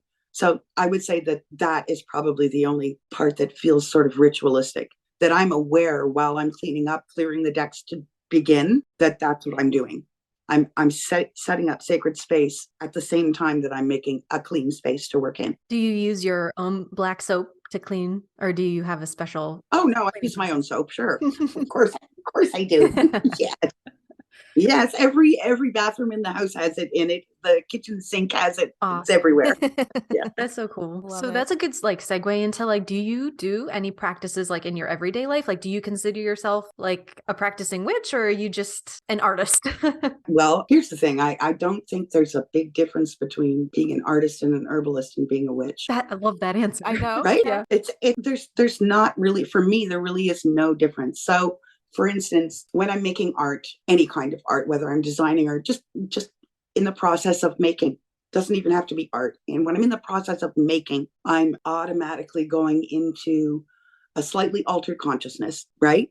Which is, it's like the precursor to meditation. And it's that space where you're very focused and all distractions fade away and you sort of open yourself up to whatever, right? So you're letting the muse flow through you. And for me, when you are practicing witchcraft in a more traditional way, so if you're casting your circle and you're lighting your candles and you're using your crystals, it's not to say I don't have candles and crystals. I do. I just don't use them anymore, because unless I feel like it, it's more like on a whim. But my practice is much more internal these days. It's all sacred. In other words, whatever I'm doing, I'm going to be in that space that I used to have to. I used a lot of scent in the beginning. I used music. I didn't use candles very much in order to get myself into that space, right? Because when you're creating magic, you need to be coming from that space, that slightly altered consciousness space. That's where the magic happens. Wow. But I did that for so many years that eventually I stopped bothering with the whole ritual part. That's really what happened. Over time, I sort of dropped the ritual and realized I don't need that anymore. But that's, like I said, it's just practice. It's like becoming a good artist. It doesn't just get handed to you. It's practice, right? The more you do it, the better you get at it. And I believe that the same thing is true about witchcraft. That's kind of what bothers me about when people are like, oh, you have such a talent. Like, kind of, but it's also a skill. Like, you have to, like any other muscle, got to keep flexing it, working it. Yeah. And you got to make your mistakes, and you've got to be willing to explore ideas that maybe are outside of your wheelhouse. All of that all adds up. So you guys, just telling you, just wait till you're older. You're going to be friggin' fantastic. I like that message. Because you're already doing it. Like, you guys are doing it now, but just wait. It gets so much better. Oh my gosh. It gets easier. Yeah. Thank you. And you even get to the point where, for me, when I started my art career, I really kept all of my magical, mystical weirdness outside of it, because I wanted my art to be taken seriously. And the art world is not about that. It just isn't. It's very traditional, but that took its toll on me, So that's why, honestly, after 20 years of painting, the gallery system's it's failed now anyway. So it wasn't serving me anymore anyway. And that was sort of my kick in the butt to go, That and moving here. I moved here and nature started whispering in my ear, and I was like, okay, I got to stop pretending. And honestly, the painting's just not doing it for me anymore. Just isn't. It's not authentic enough. Right. And so things like the inspiration for the black soap was, wow, a godsend. That's awesome to hear. It was a godsend because it sparked off all sorts of other ideas too. Yeah. So you said that you go into like kind of like a meditative state while you're making the black soap. So do you get ideas for like other projects while you're making your soap? Like, does other things come to you in that meditative state? Absolutely. Yes. And that's the whole point of it, right? That it's because it's a creative process. And then you're in that creative mode, right? Which, okay, just to bring this full circle, haha. That's what I was trying to say about the witchcraft too. The witchcraft in its essence is a creative pursuit. It's really no different from any other creative pursuit. If you're doing spell work, you're looking to create something new, right? So it's a creative pursuit. So it's for me that's what I was trying to say, that it's all the same. So yes, when I'm in that space, all sorts of other ideas will come flowing in, and then you have to sort of pick and choose what's relevant and what isn't. Yeah, that's hard. It's hard to choose, right? It is. How do you decipher what's a good idea from a bad idea? Yeah. Or does it just kind of like show itself? Like, okay, if it's a bad idea, then you kind of just like puts itself away. Yeah. Also sometimes you get like just the edge of an idea, like you can just see it in your peripheral vision, but it's not whole yet. And that always drives me crazy because I want instant satisfaction. Thank you very much. Show me the whole thing. I know, don't we all? Oh my God. We're so guilty of that. We know it. I'm looking at Justina when we started writing the music, the concept. God. She's like, now what? Yeah. I'm like, I don't know. We wrote 20 songs in like a month and a half. And now we're like, what do we do with this? She's like, let's do a podcast. And then it took us like 6 months after the fact that we were like, all right, I guess we should start a podcast. Sometimes you just got to sit on an idea and it comes to fruition. Yes. Yeah. Yeah. We sat on it for a while. That's right. And you've got to let it do and wait for that next bit of information, which for you was the podcast, right? Stew is always better the next day anyway. Yeah. Exactly.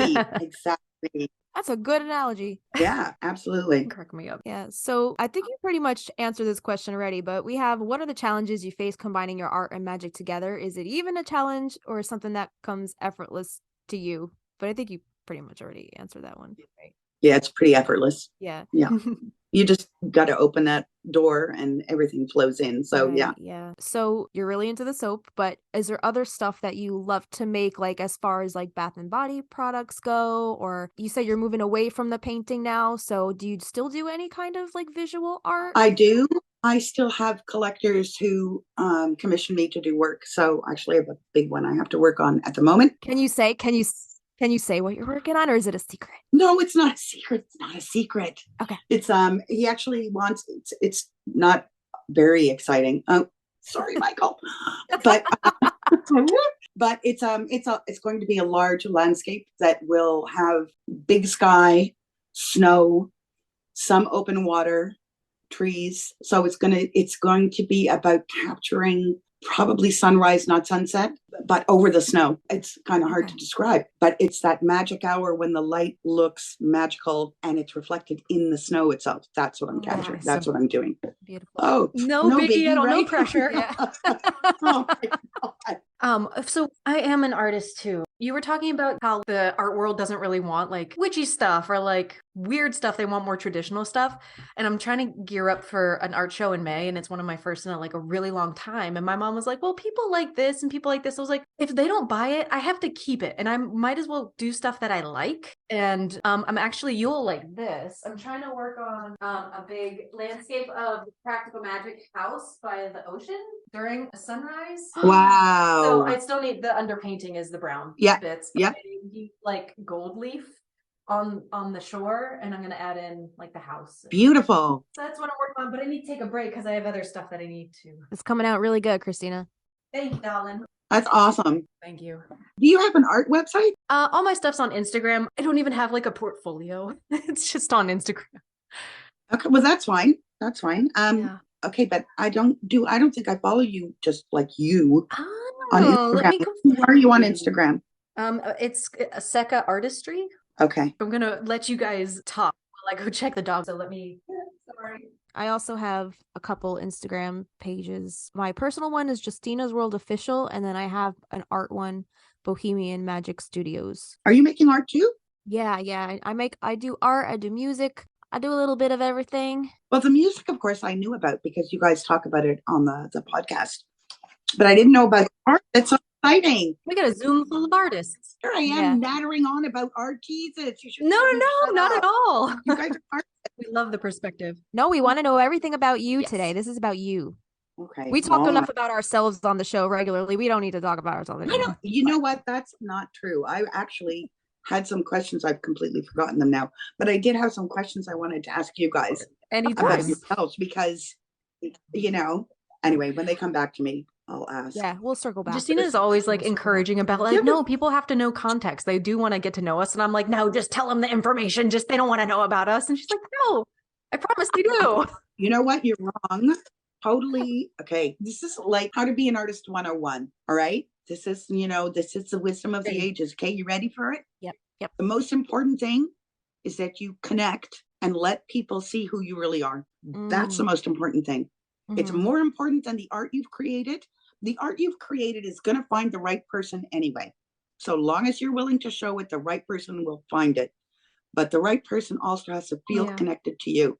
And people can't feel connected to you unless you are willing to be vulnerable. We're already artists, so we don't think it's a big deal, right? Yeah. Like that's just who we are. And, we've been that our whole lives and it's no big deal. For everybody else out there who's not an artist and doesn't have a creative bent, we're like these mystical beings that they would really like to rub up to. So I would say when you're doing your podcast, absolutely talk about making art. Absolutely let people know. Because when you do that, you allow them into your world. It's really important. You got to let them in. Did she just become our Aunt Laura? Our auntie? She did. You have been crowned our new Auntie Laura. Oh, thanks, eh? You're just it's wonderful to have your genuineness and your compassion and guidance and wisdom. It's wonderful. Thank you. Yeah. Well, you guys have to understand too that you're on this amazing path. I mean, you're on the same path I was on. So, and even right down to, the combining of magic with art. Like like I said, in my art career, I kept it separate because I thought that's what I needed to do. And then it started to find its way in anyway. And then I segued into making other things because that's where my interest was at this stage in my life. Right. It reminds me of like in Rules of Magic when Alice writes about how the aunts always tell the girls like you can't run away from who you are. Well, Isabel actually said it to the aunts first. You can't run away from who you are. Yeah, it's gonna catch up to you. And it will catch up to you. And it will come and bite you in the ass if you ignore it for too long. Oh yeah, I went through my own experience with that. Like in my early 20s, I kept it separate as well with my music. Like I kept everything separate. And now coming back to it, like I've just started exploring my musical side again, thanks to Christina. But like now we're going down this path together, and it's like really fun exploring it again. And now this time coming at it from a magical perspective, and it just seems like it fits, and it's so much more comfortable now than it ever was. Yeah. Isn't that amazing? It is. It's a blessing. It is a blessing. It is. Yes. It's funny, it's a word that I always hesitated to use because it sounds religious and I'm so not. But for me, a blessing, I like the concept of a blessing. It's something that comes out of the blue that like touches your life and makes it better. That's a blessing. I grew up in a Dutch family. My heritage is Dutch. And for a lot of people in Holland, my parents immigrated to Canada, but they do not baptize their kids. They believe, because there's a good reason for it. I love this. Okay. It's a mantra for me, because they believe that the children should be allowed to decide for themselves whether they want to be a part of a church. So that's how I was raised without religion, other than, what I learned in school and going to church for Girl Guides. Well, it's Girl Scouts for you guys, but for us, it was Girl Guides. So it's like a brownie, church. What is this? Should I be worried? Christina and I both grew up in pretty strict Catholic upbringings, and I think it kind of traumatized us. It gives us way more to talk about on this show. Oh, I know. It's so much fun to talk about all the trauma. You know what we call you guys? We call you recovering Catholics. Yeah. Recovering Catholics, yeah. Yeah, I feel 'Cause like there's they- still a lot of unresolved trauma, but I mean, we talk about a lot of it on the show, and it is Mhm. very therapeutic. Yeah, that's really good though. That's really Yeah. good because you get to work out for yourselves Yeah. what you want to keep and what you want to discard. What was Right. more importantly, what was truth and what wasn't. Mm-hmm. Right? If it didn't Yeah. ring true, guess what? It's not. The distinct know? smell of bullshit. Exactly. Exactly. When I was in my questing years, so mostly through my 30s, I checked out pretty much everything. And what barometer other than your intelligence do you have? Well, my barometer was, does it read true or not? Right? And the other interesting thing about doing that was that you see the common thread. There are common threads in what we believe that allow you to see truth a little more clearly. You can pick it out from any system, any religion, any magical system. There are certain things they all have in common. And that was very eye-opening for me. They were amazing years. And there was definitely, just to bring things back to where we started, definitely the whole feel of practical magic stayed with me through all of that.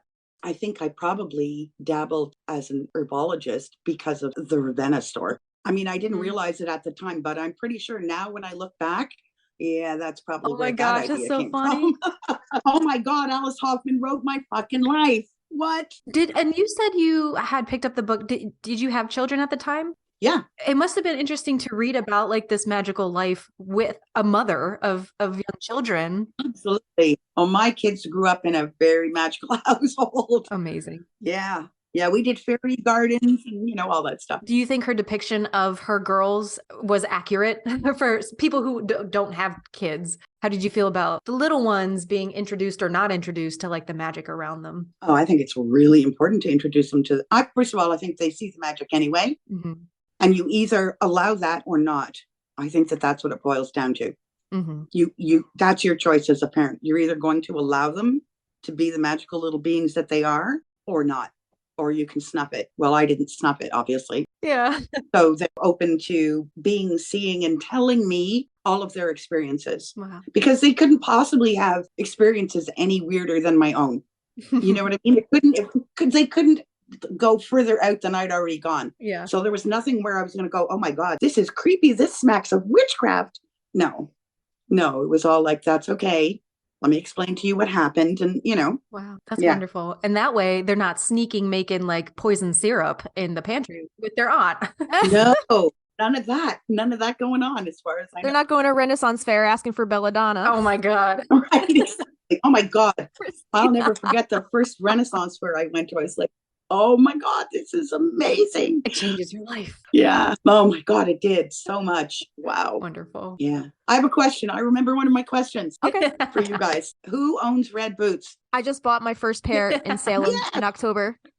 In Awesome. Salem, mind you. And I'm pretty sure I walked the same steps where Maria walked on amazing. Essex Street. I'm pretty sure you did. I bet you did. Didn't you find it? Okay, maybe I'm wrong. I went to Salem once and I was so creeped out. Really? Oh, yeah. I think did we go to a cemetery? There's a cemetery there, right? Old Burying Point. Yeah. It's the oldest cemetery in Salem. Yeah. I just really, two things struck me. I did not like the vibe of the history for obvious reasons. Right. Like it made me uncomfortable.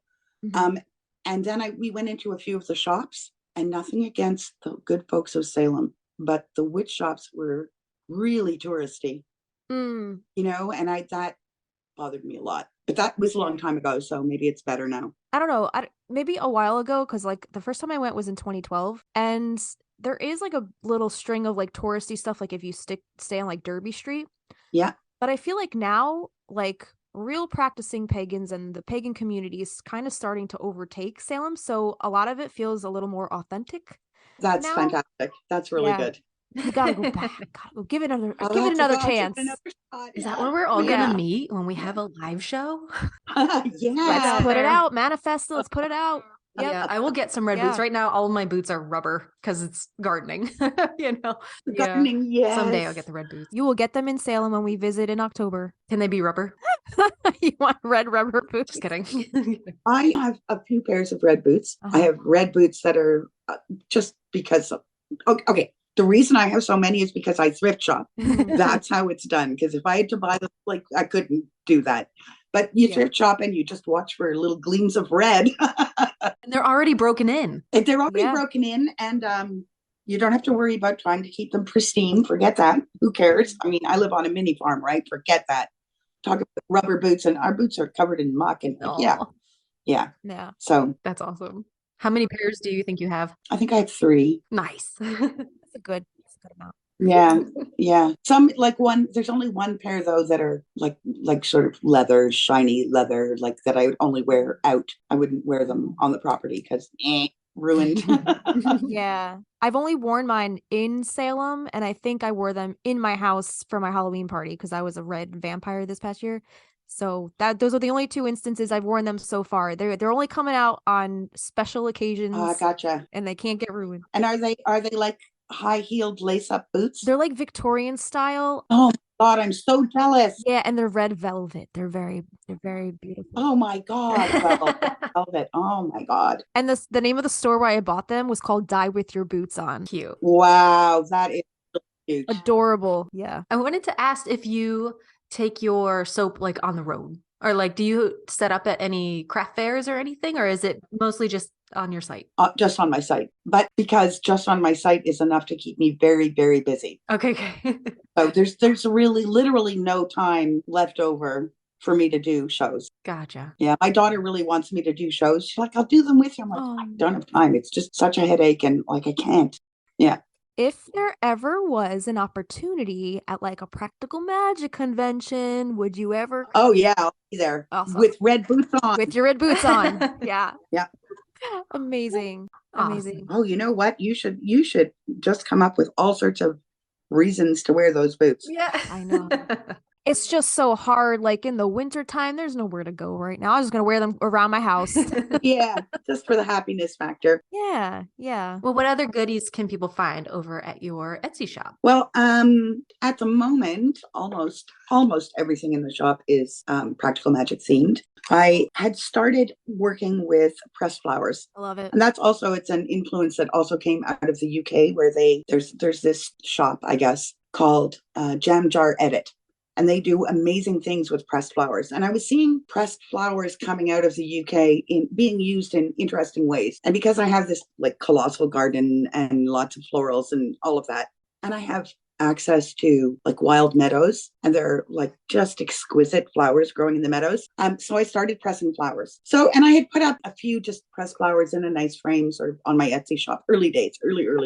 Wow. And that year we just so happened to we had moved all of our lavender, and it went bananas. Wow. And it just bloomed. And I swear to you, it was magic. It had to be, because usually, you cut your blooms on a lavender plant. Mm-hmm. Maybe you'll get a second bloom. Yeah. Ours just kept blooming. Wow. And because I was into pressing flowers, I just started pressing all of them. So I ended up with a lot of pressed lavender. And this is one of those muse moments, okay? Uh-huh. So as I'm pressing the flowers and smelling the smell and thinking lavender, lavender, lavender, and Sally's quote is going through my mind over and over and over. Plant lavender for luck, plant lavender. And I'm like, I got to go look up that quote. So I look up the quote, and then that just whoop. Oh God, I had ideas. Oh my God. Now I know what I'm going to do. Forget everything else I was doing. So I started to put together, it's a frame with Sally's quote. So there are some things I know for certain, that quote. And I went for that sort of vintage, almost antique feel. So I used, that's it. So I used vintage paper, so slightly discolored papers. So beautiful. And I had an envelope open, and I tucked in Sally's letter to Jillian in the envelope, and then I tucked in pressed lavender. I mean, I did it because I loved the idea and I wanted one. Right. And then I did another one and thought, well, I'll see what happens. I'll just put it up on my Etsy shop, and that took off. I mean, it took off. It was amazing. Just, it took off as well as the soap did. And then, like I said, people on Etsy talk to you, right? Mm-hmm. Like you get feedback from them, where they ask for, could you make me one, but do this? And so I was getting all these ideas from the people who were fans and what they wanted to see, and that they loved the quotes and the whole thing. Amazing. So now I have a version that's the opposite. So it's Sally's letter to Jillian on one side of the frame, and in the envelope is the quote. Mm-hmm. So I've done it the opposite way because some people prefer to see that. Anyway, and then I started playing with the other quotes from the movie, because then I really took a deep dive into it, you know, and I was like, oh yeah. You know, the quote from Aunt Frances where she says, my darling girl. Yes. I don't have it in front of me, but I was like, oh, that's a quote for today, right? Mhm. That's a quote for all of the women who think they have to be a certain way, right? Right. When they show themselves to the world instead of being their true selves, whether that's magic, artistic, whatever it is, right? Yeah. I just thought that's so important for everybody to hear. So, of course, I had to make a framed quote with that quote as well. And then more recently, I came across, I saw a YouTube video and it was a girl. I watched it because it was about Etsy, her Etsy shop, and how she got started. I don't even know what it was. So I started to watch her, and then I realized, oh, she's talking about print on demand, which I was like whole new concept for me. And print on demand is, you know, where you design something and then you have it printed for you. So it's printed on demand. So I started creating print on demand stuff. So for instance, now in my shop, there are mugs with the quotes, and I did like a redesign of how I wanted those designs to look. They're much more in keeping with the soap label, with that sort of a feel, because I really like that I look. saw your his and hers mugs you posted the other day. They're adorable. Yeah. Adorable. Yeah. That's because someone just bought them and I was like, oh, that's such a good idea. Yeah. So cute. Yeah. So now I'm designing, I'm actually working on all sorts of new stuff is going to be coming out because it's opened up a whole big door for me from a design perspective. Yeah. Quick question. So you did the whole letter thing, like the shadow box. Yeah. Beautiful, beautiful. Have you ever considered making your own paper, like handcrafting your own paper? I have actually made my own paper in the past, but how was that experience? Did you enjoy it? It's messy. Yeah.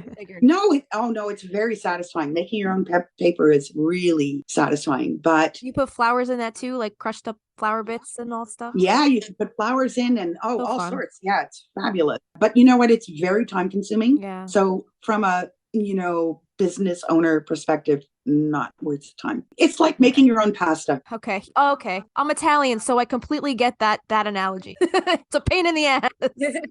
Making your own pasta is very satisfying and wonderful. Yeah. Right. And like all those hours later, and then you have people over for dinner and it's all gone. Yep. No leftovers. So what, you're gonna do this again? Yeah, that's it. A lot of work for very little reward. I completely get that. Exactly. I'm just cruising your Instagram and there's a midnight margaritas kit. Yeah. And oh my God. Amazing. Yeah. Yeah, I actually discontinued it. Okay. I don't know if you can tell, maybe you can because you're an artist, but how much work goes into that thing. It just, like, I sold a lot of them. I sort of created it as something at a lower price point for gift giving. That was my idea. And it was one of those ideas that had me by the throat. I really liked the Eye of Newt necklace. Okay. To me, I thought that was so funny. Yes. I think it's so cute and so... It's adorable. Eye of Newt charm, magic circle salt, print of magic spell, recipe card, and palmistry guide. Yeah. Like that is a snack. Yeah. That's a hookup. It's a lot.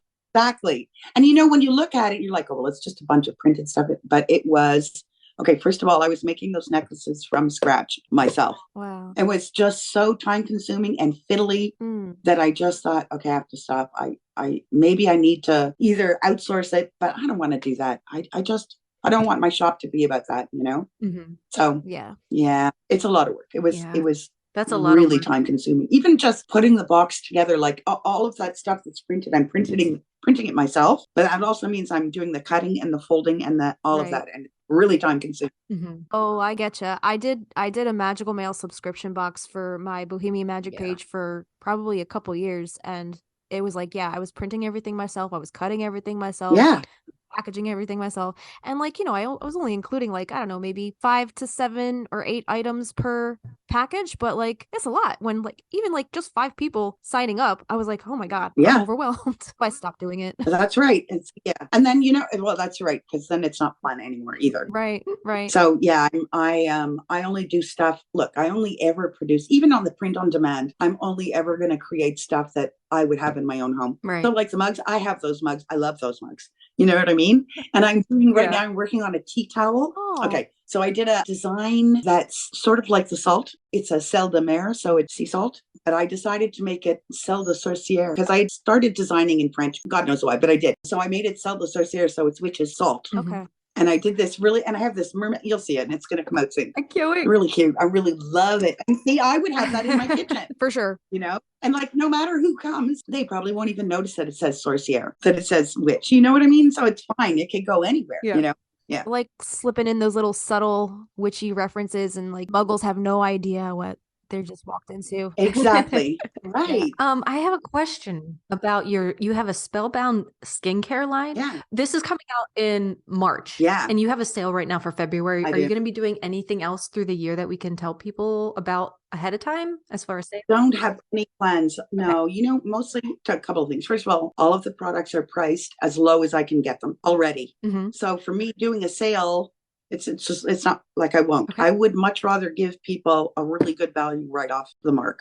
Perfect. Is the spellbound skincare line like something that is is it still going on that you can tell us about? Oh, definitely. The Spellbound skincare line comes out of the black soap. Okay. It's the same recipe, only applied to a cream and to a face serum and to a body serum. This Oh my looks God, heavenly. I want a serum so bad. I I know. know what I'm doing. The other thing that I also sell that, okay, I'm just self-promotion here, but because I think everybody should know about this stuff, it's called Balm of Gilead, and it's made with buds from poplar or cottonwood trees. So in very early spring, snow's still on the ground, but these buds, they're not even leaves yet, okay? They're just the buds for the leaves coming.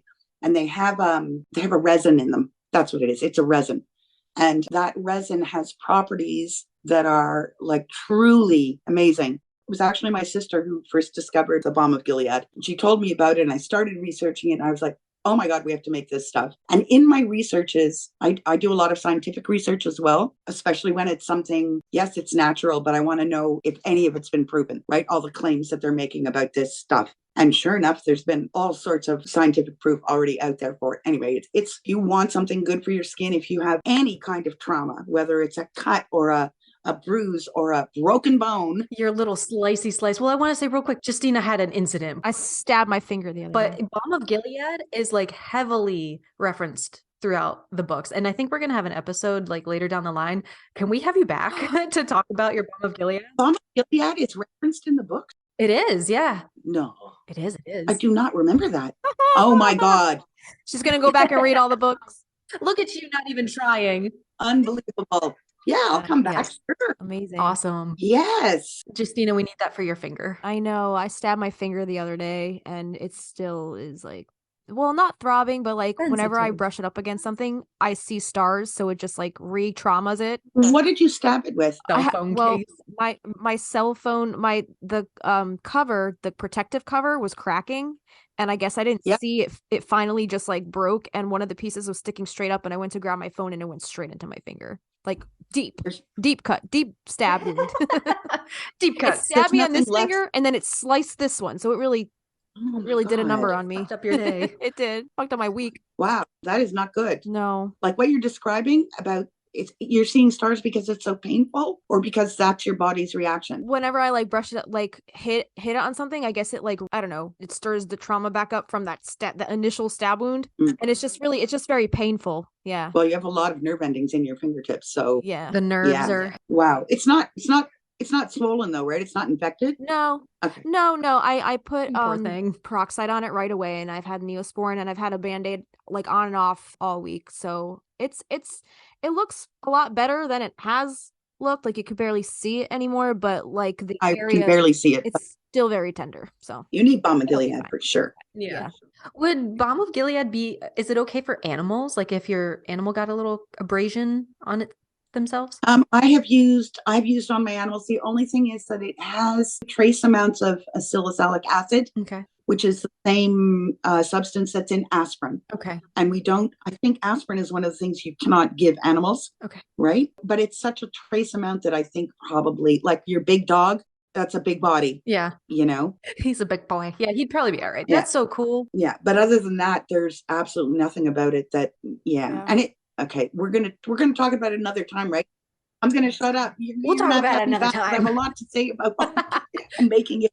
Yeah. That's totally fine. We've come to realize like not everybody listens also in order. So somebody could be looking specifically later on down the line for Right. Balm of Doing Gilead that. information and never have heard this, so we're totally Okay, fine. great, good. Justina, do you have any more questions? I'm just looking at all of her goodies on her Instagram page. That you got an Amas Veritas True Love Spell candle, which is adorable. I saw you had a tea on here before, a meadow tea. Oh, the tea's gone. The tea's gone. Okay. Yeah, I'm actually drinking that tea. Ooh. So it's my own blend. It's wild crafted red clover. So it comes from the fields right here. Field mint and calendula. That was the base for it.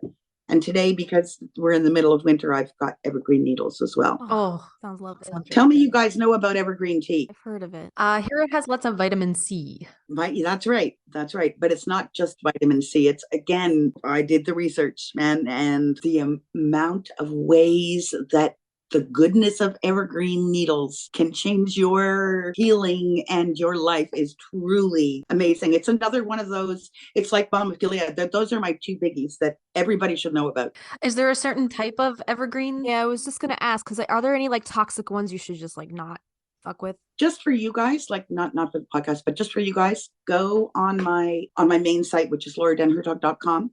So, by the way, I fixed it up because I confused you guys, so I've changed it up. It's okay. Because it houses the Enchanted Journal blog, Okay. and in the blog is a whole article about evergreen tea, Ooh, Oh, perfect. and it'll including what trees you can use and what you can't. awesome. Thank you. So you can just get all that information right It's a there. great resource. Can we share that with our listeners? Of course. Okay, cool. Of course, that's why it's out there, because I Amazing. want people to know. Oh, there it is. Yeah. Oh, Amazing. you can peek it. I know. I'm gonna go peep that. Do we have any more questions for Auntie Laura before we let her go? Auntie Laura, tell people where they can find you, socials, whatever you'd like to share. Okay, so my Etsy shop where you can buy soap and all practical magic themed inspired goodies, you can find at enchantedjournal.com. The Enchanted Journal blog, which sort of kickstarted all of this, it's sort of my way of sharing all of my great experiences and magical experiences in my life at the farmhouse, is at lauradenhertog.com. My Instagram is at The Enchanted Journal. My TikTok is Laura's Enchanted Journal. And you can find Enchanted Journal on Facebook as well. And that's all of it. Awesome. And we'll link all of that in our show notes. Okay, And we want Great. people to go see all your amazing stuff. thanks. Just blown away. And a sweetheart. And so wise. Yeah, you're a treat. Thank you so much for Thank you doing for the show hosting today. me. I hope you invite me back. I'd love to do it again. It's a date. Oh, for sure. Balm of Gilead. Let's do it. Let's done do deal. it. Absolutely. It's a date. That Gary says that. It's a date. Laura, It's thank you. Guys, it's been fun. Thank you so much. Have a All right, wonderful day. We'll man. talk to you soon. All right. Bye. Bye. How sweet was she? I love Oh her. my God. What a treat. What a treat that was to talk Could with you her. see my face? I was just like I had the little sad puppy dog face the whole time because she's just like talking to my little artistic heart. And you know she could see I us, but we know. couldn't see her. She was seeing our little puppy dog faces the I whole know. time. Our Jimmy stupid ass Oh. faces. That was great. She's wonderful. I Oh. can't wait to have her back. We have a new We do have a new auntie. She's like when she was talking, I was like, Aunt Jet, Aunt Jet, Aunt Jet. Yep.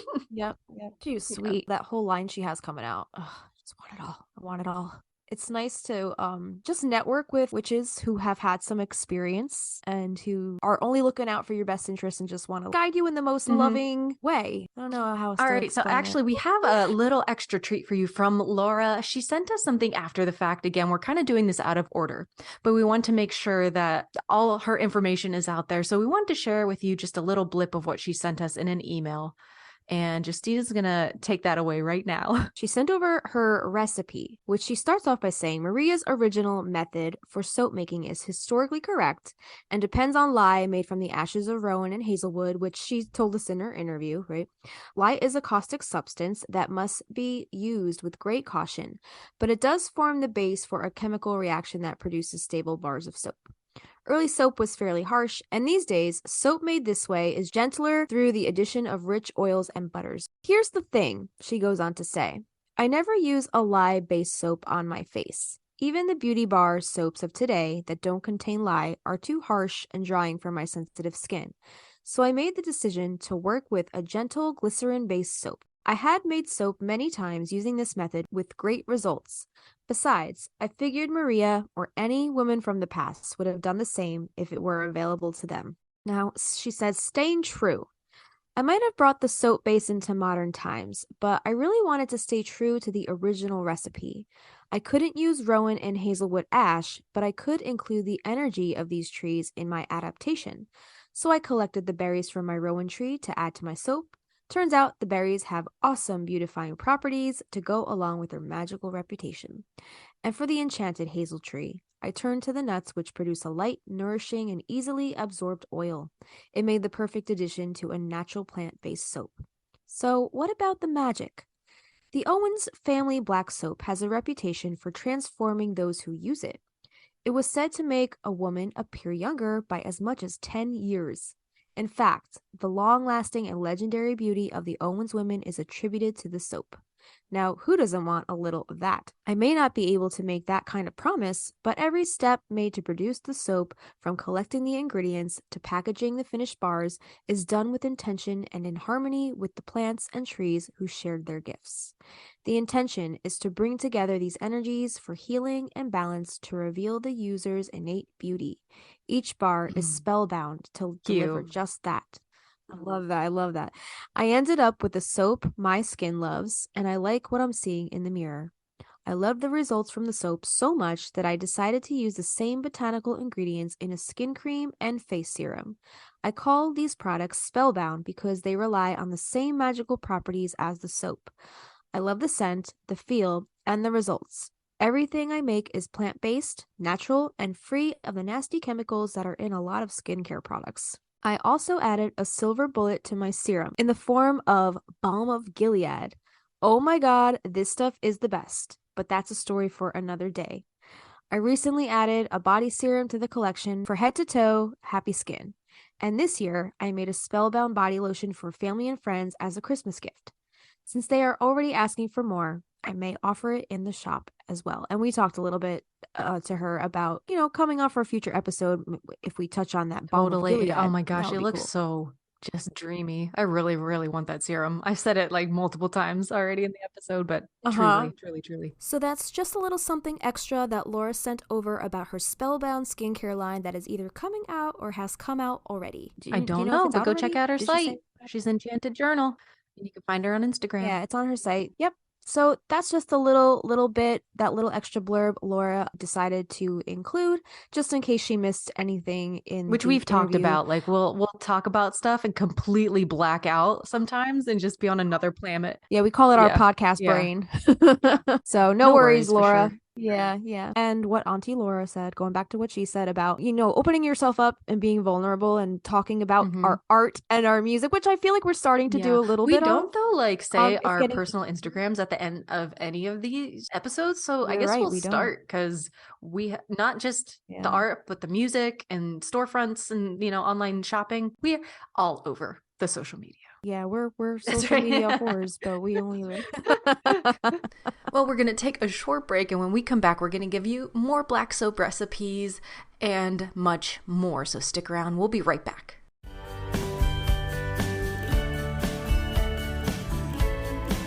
Hey, we're the Stinas, and you're listening to Magnolia Street Podcast.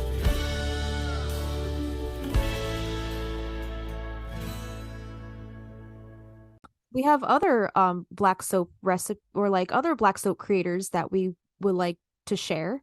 Do you want to start with yours, or should we go to Haley? So I don't even want to talk about mine anymore. No, I will tell you about mine. Laura said you have to share your stuff.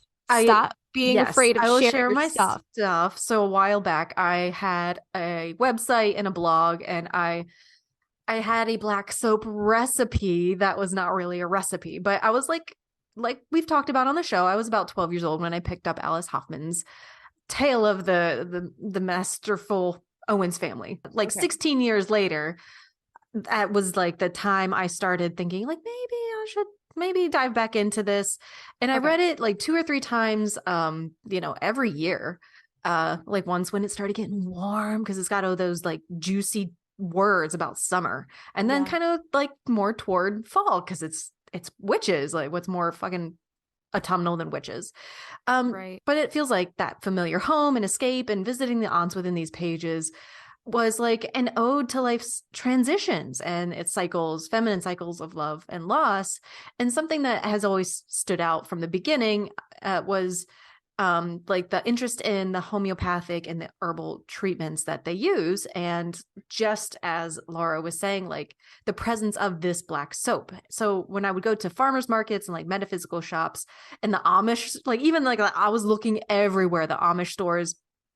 I kind of even remember looking at probably Ren fairs. But Central PA was not about that life, I guess. Yeah.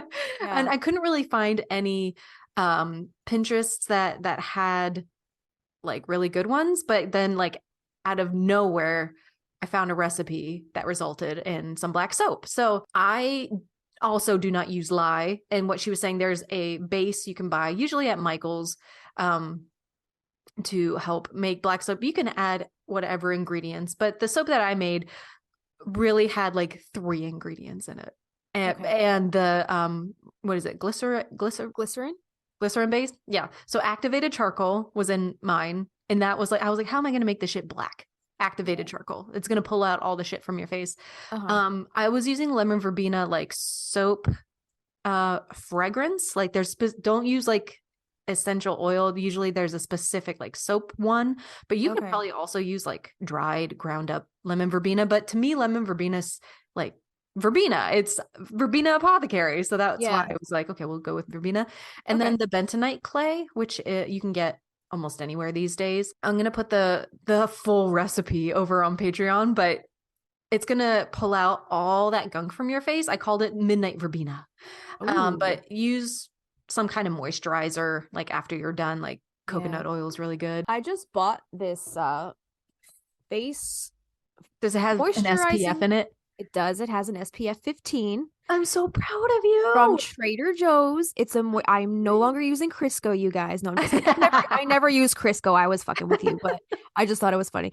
So you could use that after you cleanse the fuck out of your face. I use this after I take a shower and, do any kind of facial cleanse that I want to do. And it feels very nice. So. I'm so happy.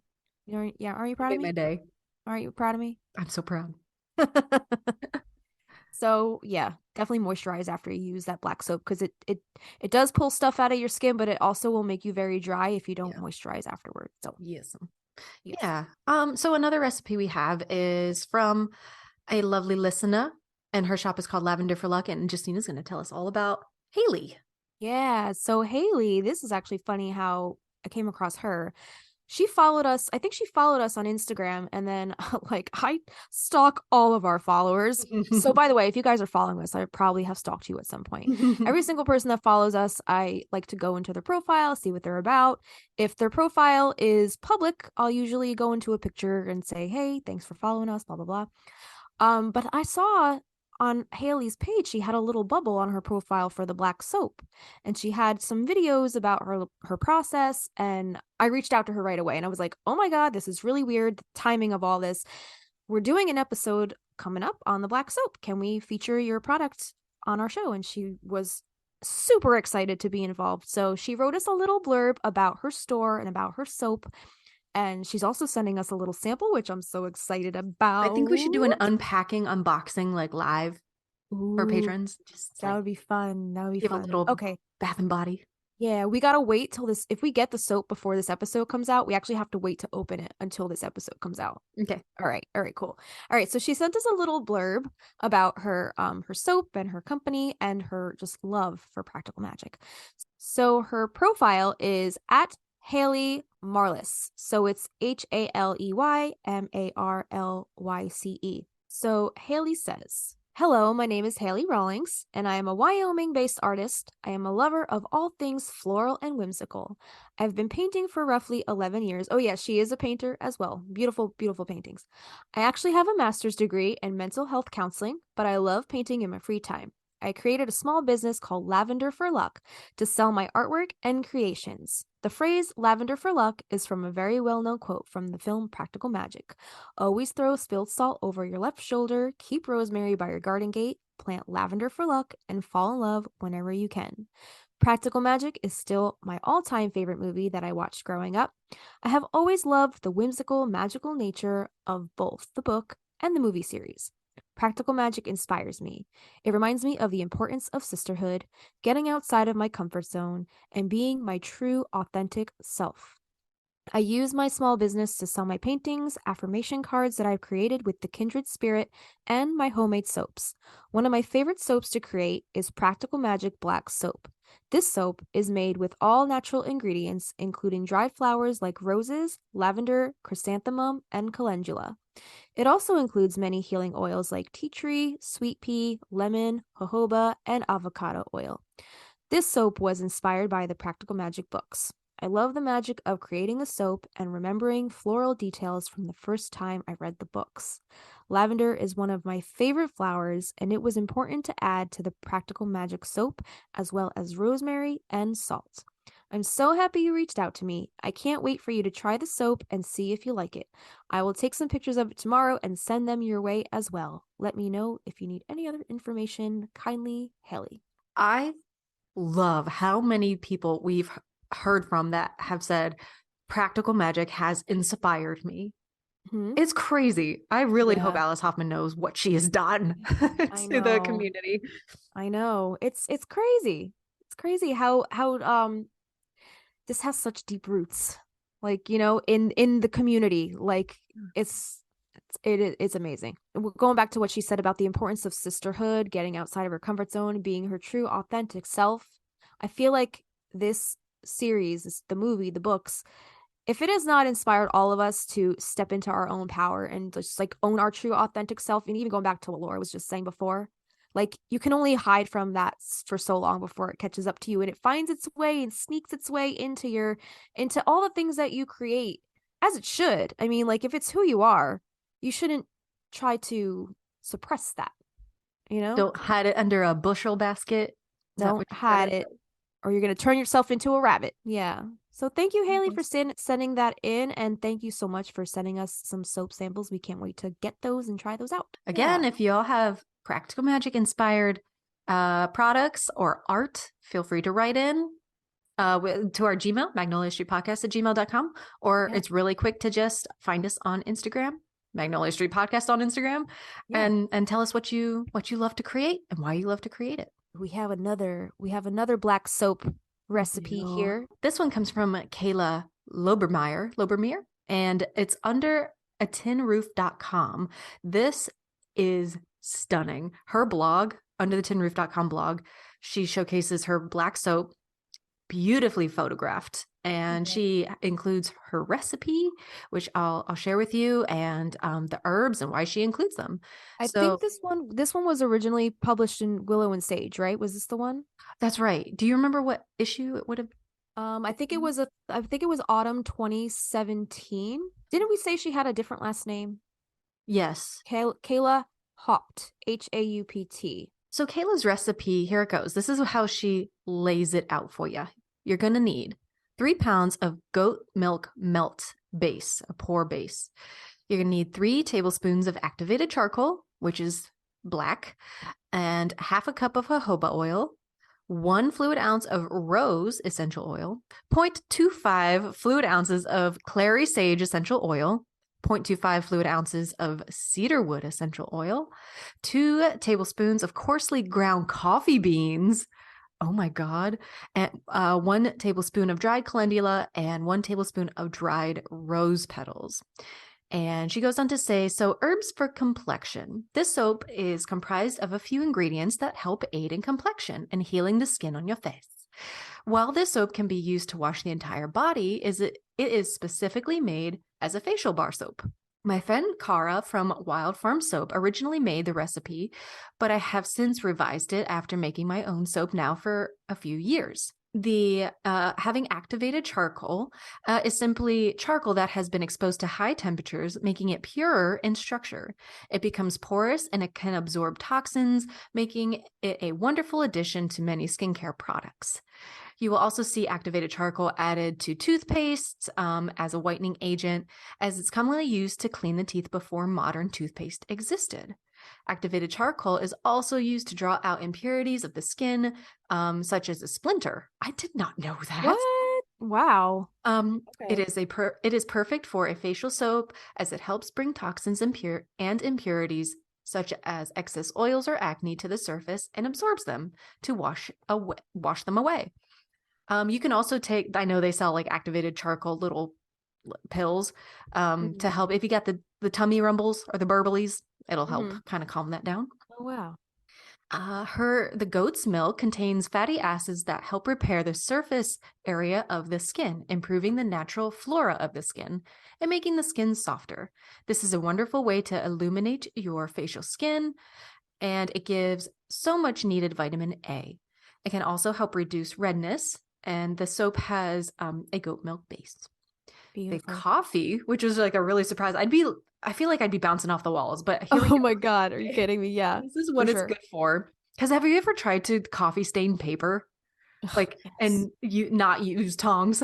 Not recommend. Does it just seep into your pores and It you're just like, does. ah! It does. Oh my God.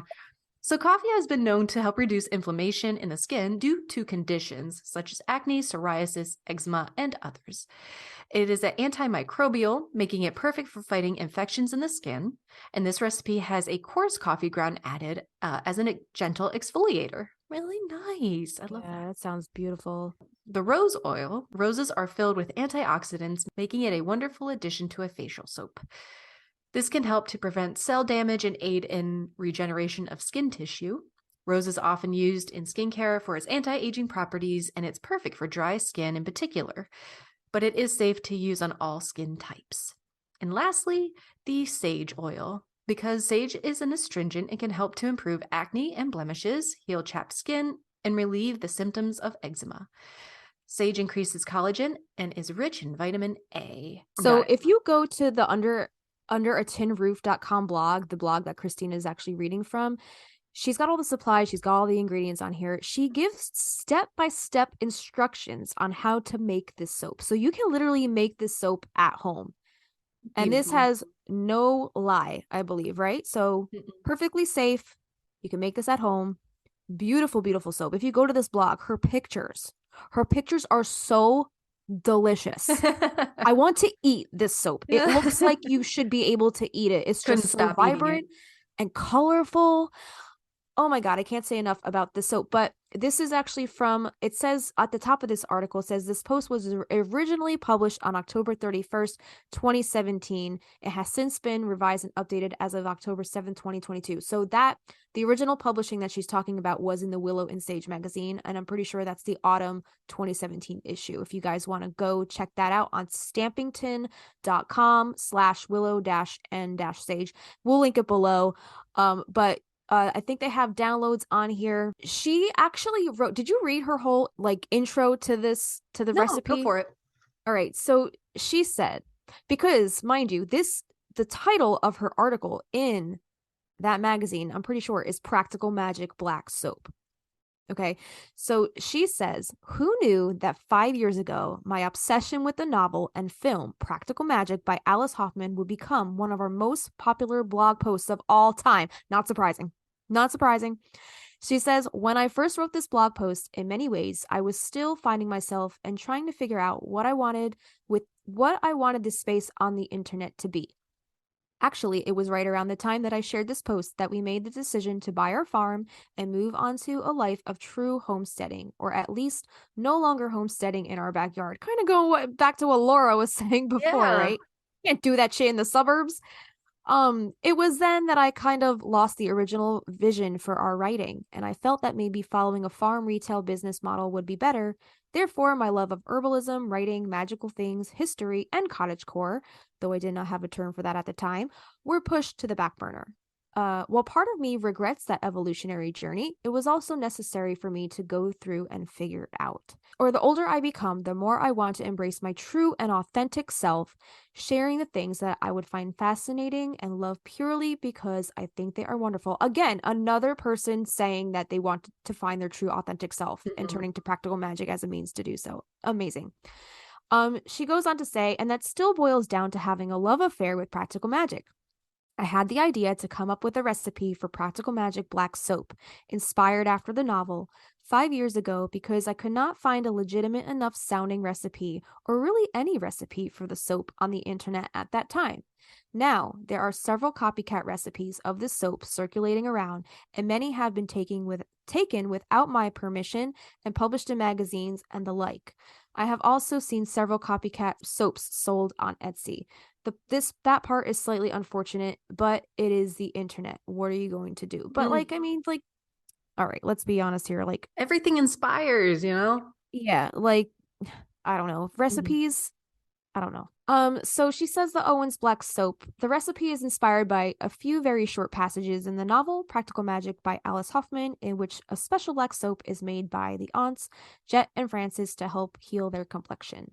The soap is referenced to have special ingredients in it to keep the women looking young and vibrant, and it is only made twice a year in their home. All right, so basically, the passage that she included, I'm pretty sure we talked about earlier in this episode. And then she says, finding more information other than a few small passages is difficult, which is why I figured I would try making a variation on my own. I have seen other people reference that it is supposed to be lavender scented, though I have seen no mention of this in the series of books. It is simply just called black soap, without any further references other than that it is for facial complexion. And she might have she wrote this probably before Rules of Magic came out, which has all Maria's recipes and the scents and the herbs used in it. So that's probably explains why she couldn't find anything at this point in time.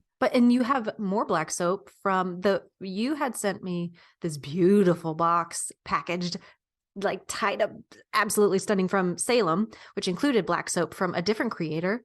And do you want to tell us about Hive and Forge? All right, so Hive and Forge is actually the store that I bought it at. Okay. But I think the actual apothecary that carries those soaps was it Red Antler Apothecary?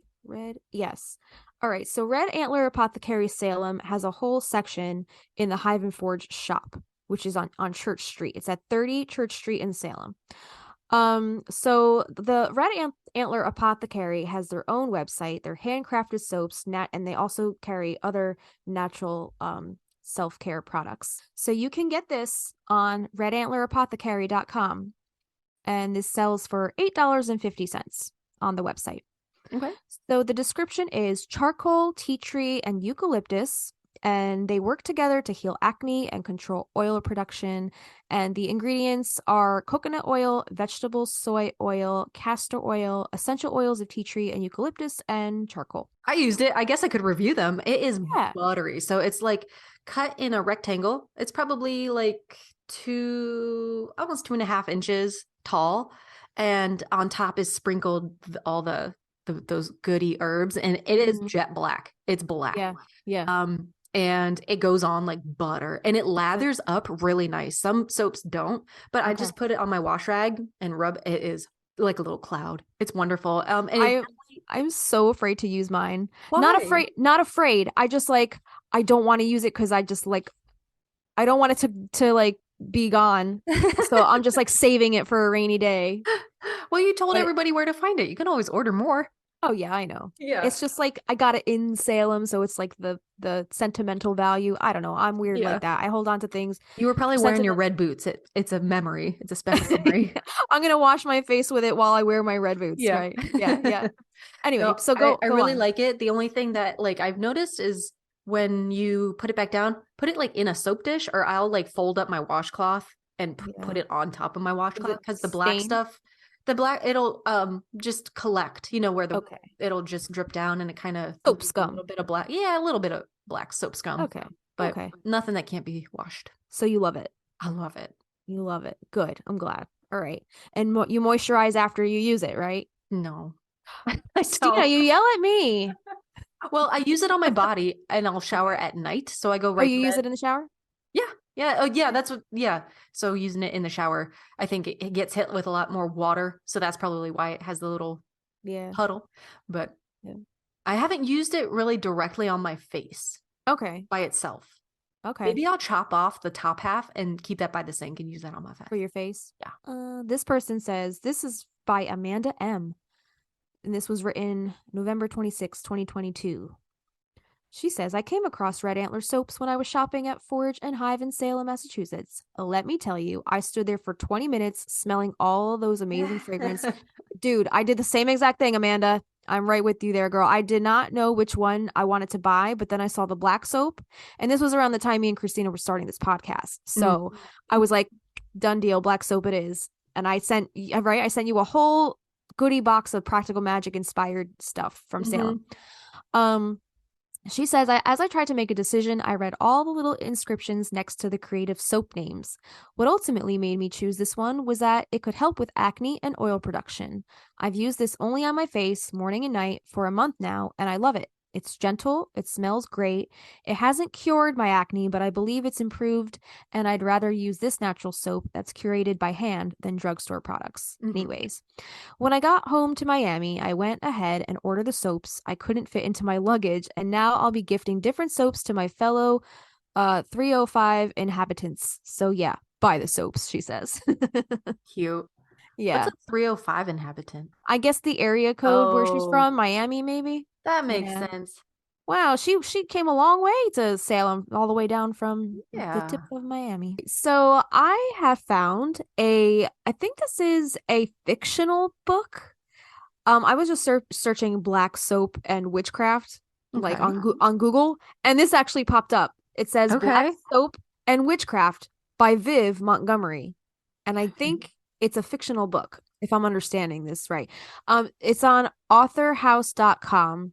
I've also seen it on like Amazon and a lot of other like book selling websites. It looks like Barnes and Noble and Google Books. But if you notice, none of those websites have a synopsis. Like not one of those websites, I couldn't find anything. The genre is listed as biography. Really? Yeah.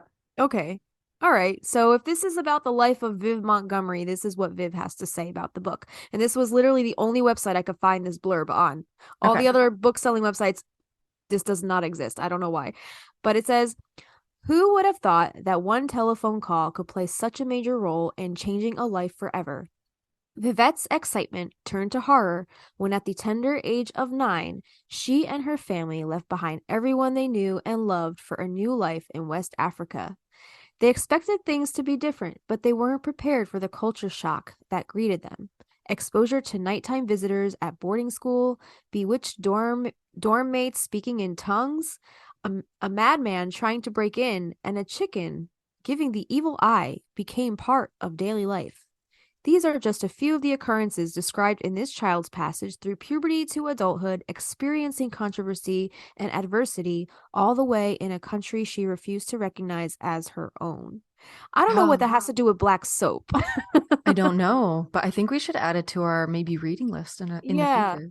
Yeah. Very, very interesting. I mean, my curiosity is piqued. I was like, what does this have to do with black soap and witchcraft? But me too. I mean, that's very interesting. But I thought I'd throw it out there since it says black soap and it says witchcraft. Check it out. See how you can make the connection. Let us know if you read this book. Yeah. Write it in. Tell us all about it. I'll put it on our Goodreads. Didn't you say you were going to tell us a little bit about the Amish and the lie? Oh, it wasn't the Amish. It was the historian Ruth Goodman, I think is her name, on the Victorian farm and the Edwardian farm. And she does it in the Tudor monastery. They use it for a bunch of different things. The only thing that I can really remember her doing when she's making the lie is she's building up like a small little chimney and letting her wood turn into ash and then funneling water through that ash, and the stuff that comes out is like a liquid lye. And her process of washing like the big sheets and the big like tablecloths and all that stuff, she's saying when she puts them, she'll put them into this big almost a barrel but more like a wicker basket, which I don't know I guess that she's not loading it up with water. She'll take a wicker basket, put a layer of the sheets on the bottom, just one little layer, and then crisscross. You ever play that game Kerplunk where you put like sticks through the wicker basket to make a shelf? And she'll put another layer, and she keeps making this layered lasagna of sheets, and then she'll take that lye, and she just pours the lye over all of the sheets and stuff to clean them. And I guess they then take it down to the river and then rinse it, and then they lay everything out on the grass so that the sun will help bleach all the sheets. It's fucking fascinating. This woman also, she's fascinating, and she has the confidence of somebody I would love to have the confidence of, because she looks like she would be from that time. Here she is. She's awesome. Oh, wow. Yeah. Ruth Goodman. Ruth Goodman, a I love- social and I domestic love her. historian. So these are on Amazon. They're on Prime. There's a couple different seasons. Oh my God, there's so many. Okay. Victorian Farm, Edvardian Farm, cool. Farm, Tudor Monastery, Wartime Farm, Secrets of the Castle, Victorian Pharmacy, and Inside the Factory. So she's the host of all of these? I think so. She's credited. Her daughter actually is a part of the show too. Her name is Eve, and it's really surprising. I'm not sure how old she is, but her daughter is also like following in her mother's footsteps of being a historian in that fashion. It's really fascinating. Do you want to take a dive into dreams really quick? Is Brasidia going to make an appearance She today? is. What does she have to say about black soap? Well, first we have just soap in general. First we have Okay. Teresa Chung from the Dream Dictionary from A to Z. So Okay. if you dream about soap, it says soap is a mundane symbol of cleanliness, most obviously symbolizing feelings of guilt that you want to wash away. It could also simply reflect a need to create more order in your life. If you were threatened in childhood with having your mouth washed out with soap when you spoke out of turn, to dream of the same may be warning you about casual obscenity. So basically speaking uncensored. Yes. Like not having to censor yourself. Right. Or maybe that it's you're afraid to speak your truth because you're afraid of somebody, I guess, punishing you. Okay. All right. So Brasidia from the Ultimate Dictionary of Dream Language says, I guess if you're using soap, you enjoy an unexpected financial victory. Others using soap, allow yourself private, intimate moments with another person. Special moments are yours for the next few days. If you slip on a bar of soap, take steps to protect your environment and surroundings. Within 5 days, something will occur that will pose a threat to you. This may be something in the line of an undetectable toxic fume that could lead to sickness or death. Or you could become the victim of a random murder. Oh my God, this escalated quickly. You have prior notice of this and can take steps to avoid any danger, secure your environment, and make sure you experience only positive emotions in your life. What's saddle soap? Is that soap you wash saddles with? I don't fucking know, but what did it say? What kind of soap dream is it that you'll be murdered? If you slip on a bar of soap. If you slip on a bar of soap. Yeah. Okay, so if you guys are dreaming of slipping on bars of soaps, lock your doors, hide your kids, hide your wives. Hide your wives. Hide your wives, because they're killing everybody out there. Don't slip on your soap. Oh my God. Saddle soap, I guess, be careful when engaging in pleasure-seeking activities. Someone will attempt to involve you in negotiations that have serious implications. Soap suds, and be determined to meet these goals. You will see a real change in your life over the next few days. If you dream about soapy water, make sure you get the meat of a particular issue. Once you decide what the missing element is, you will be able to conduct yourself in such a way to resolve in the appropriate manner. Wow. Wow, Brasidia. Oddly specific. On top of it. So yeah, that was a lot of fun, and I'm so happy that she agreed to do this interview. I just find it funny that we're stalking each other unknowingly, since kind of on each other's radar. But I love the creative circle jerk we have going on here. Yeah, for sure. Auntie Laura, that's Guys, just go check her out. We're gonna link all her information in our show notes. But if you have any particular product that you create, practical magic inspired art you create, you can send it to us over at magnoliastreetpodcast@gmail.com. You can check us out at instagram.com/Magnolia Street Podcast. We are also on the TikTok now. We got a book club. We got a Facebook community. We got a bunch of things. We just rolled out a new, it's a little bit of a hefty tier, but if you want to do a little more chatting with us on a more personal level on the day to day, if you want to be involved in mine and Christina's bullshit on the daily, you can join our new Marco Polo tier. It's our $15 tier.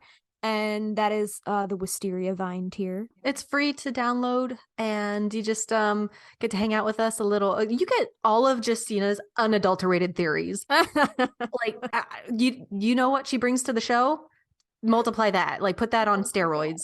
But from the toilet. Yeah, I wasn't gonna say that, but yes, you get her from the toilet. I promise I won't Marco anybody from the toilet. That's just reserved for you, Christina. Yeah, and I'm also trying out, like, I used to play Sims all the time. I have a ton of Practical Magic Sim stuff on my YouTube, but I might touch back into that and see how they're doing on there. And I thought it'd be fun if the patrons kind of played along, and Justina could also be like the voice of God. But if the patrons want to play along eventually down the line, it would be really cool to create you guys and have you live within like the Practical Magic world and be a part of their town, I guess. So I'm still on the fence because no, you're not. We're gonna do that. That sounds like so much fun to not do. But do you really want me to be the voice of God? I mean, really? I mean, there's gonna be some inappropriate.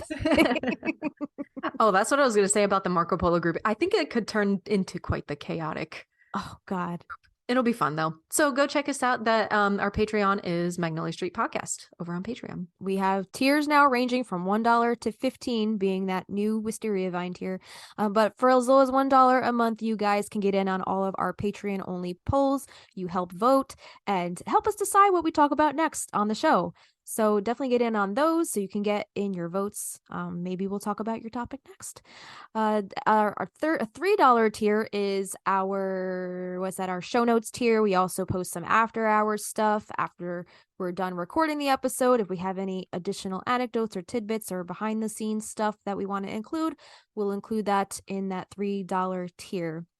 Our $5 tier is our private Facebook community and also our Discord server where we host our monthly book club. And also we do one Facebook Live a month through that tier. So just come chat with us, hang out on a Sunday morning, bring some champagne, bring your mimosa, whatever you want to do. If you want to get a little tipsy brunch going on, it's all good. We don't mind. So those lives have been a lot of fun to get to know our listeners a little more on a personal level. Yes. And then our $8 tier is that's our audiovisual tier, and that includes a lot of the music that a lot of our original Practical Magic inspired music that we are getting around to featuring on the show. We have, I think, one song-a-sode post up there so far, but we also, up to this point, have included a lot of fun, random audiovisual content. Like but you also shared a couple other songs of ours because you did a live show. That's and right. Your husband was able to record you, and so that's right. So big bomb. Yeah. So I completely forgot about that. I just posted that. I debuted some of the songs from this project at my most recent show at the Seven Crest in Teaneck, New Jersey a couple weeks ago. And I played a song called One Green Eye, One Blue, which is Gary's love song to Sally. And my husband captured a little video. Well, he captured the whole song in its entirety. So I posted that to the $8 tier. So if you guys want to go check that out, that's up there now. Yeah, we have other stuff on there too. We have some bonus episodes. We have a meditation up there. Christina just posted a little intro to her little Sims world for Magnolia Street. She made a whole Magnolia Street. She made Sally's Verbena apothecary shop, which is adorable. So she just posted a video on that. So go check that out. So, we're constantly posting to each tier and just putting up little goodies for you guys. We also have calendar, right? A monthly calendar. So you guys can see the episodes coming Our up. Patreon is fucking loaded. It's popping. So if you guys want all this extra juicy ass content, because you're missing the party here. Let's be honest, you're missing the party. So you might want to get on this boat before it sinks with Billy Zane. Just wanted to throw that in. I think that's it. We have a Goodreads where you can find all the sources we use, the books mentioned, all that good stuff. But I think that is everything. If we missed something, I know what we fucking missed. What did we miss? Personal Instagrams. I am over at Seka Artistry. That's SEKA Artistry, and you can see all my art over there. And I also have one for Broom Closet Artistry. if you want to see Book of Shadows stuff. But Okay. I'm in progress. I'm trying to work my way up to doing an art show. So I'll probably be loading a lot of new art over there, and I do take commissions. Just putting that out there. Well, now we've been instructed by Auntie Laura to I know. put our art out there as we should. No. You guys can check me out. A lot of my original music can be found at Justina's World or at Justina's World Official on Instagram.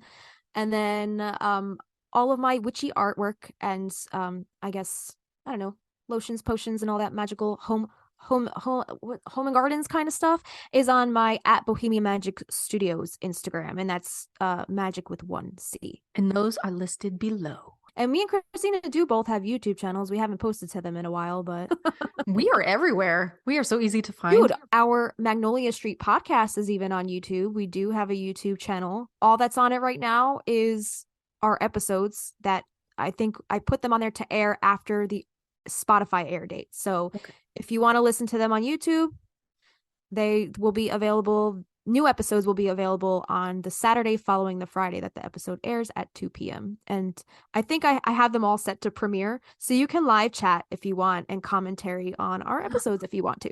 Sweet. That's cool. Thanks for hanging out with us on Magnolia Street. And we hope you like meeting Laura. We loved meeting her. And we Yeah. hope to get to talk to her again really soon. I'm Justina. I'm Christina. And we'll see you next time. At that house down the street,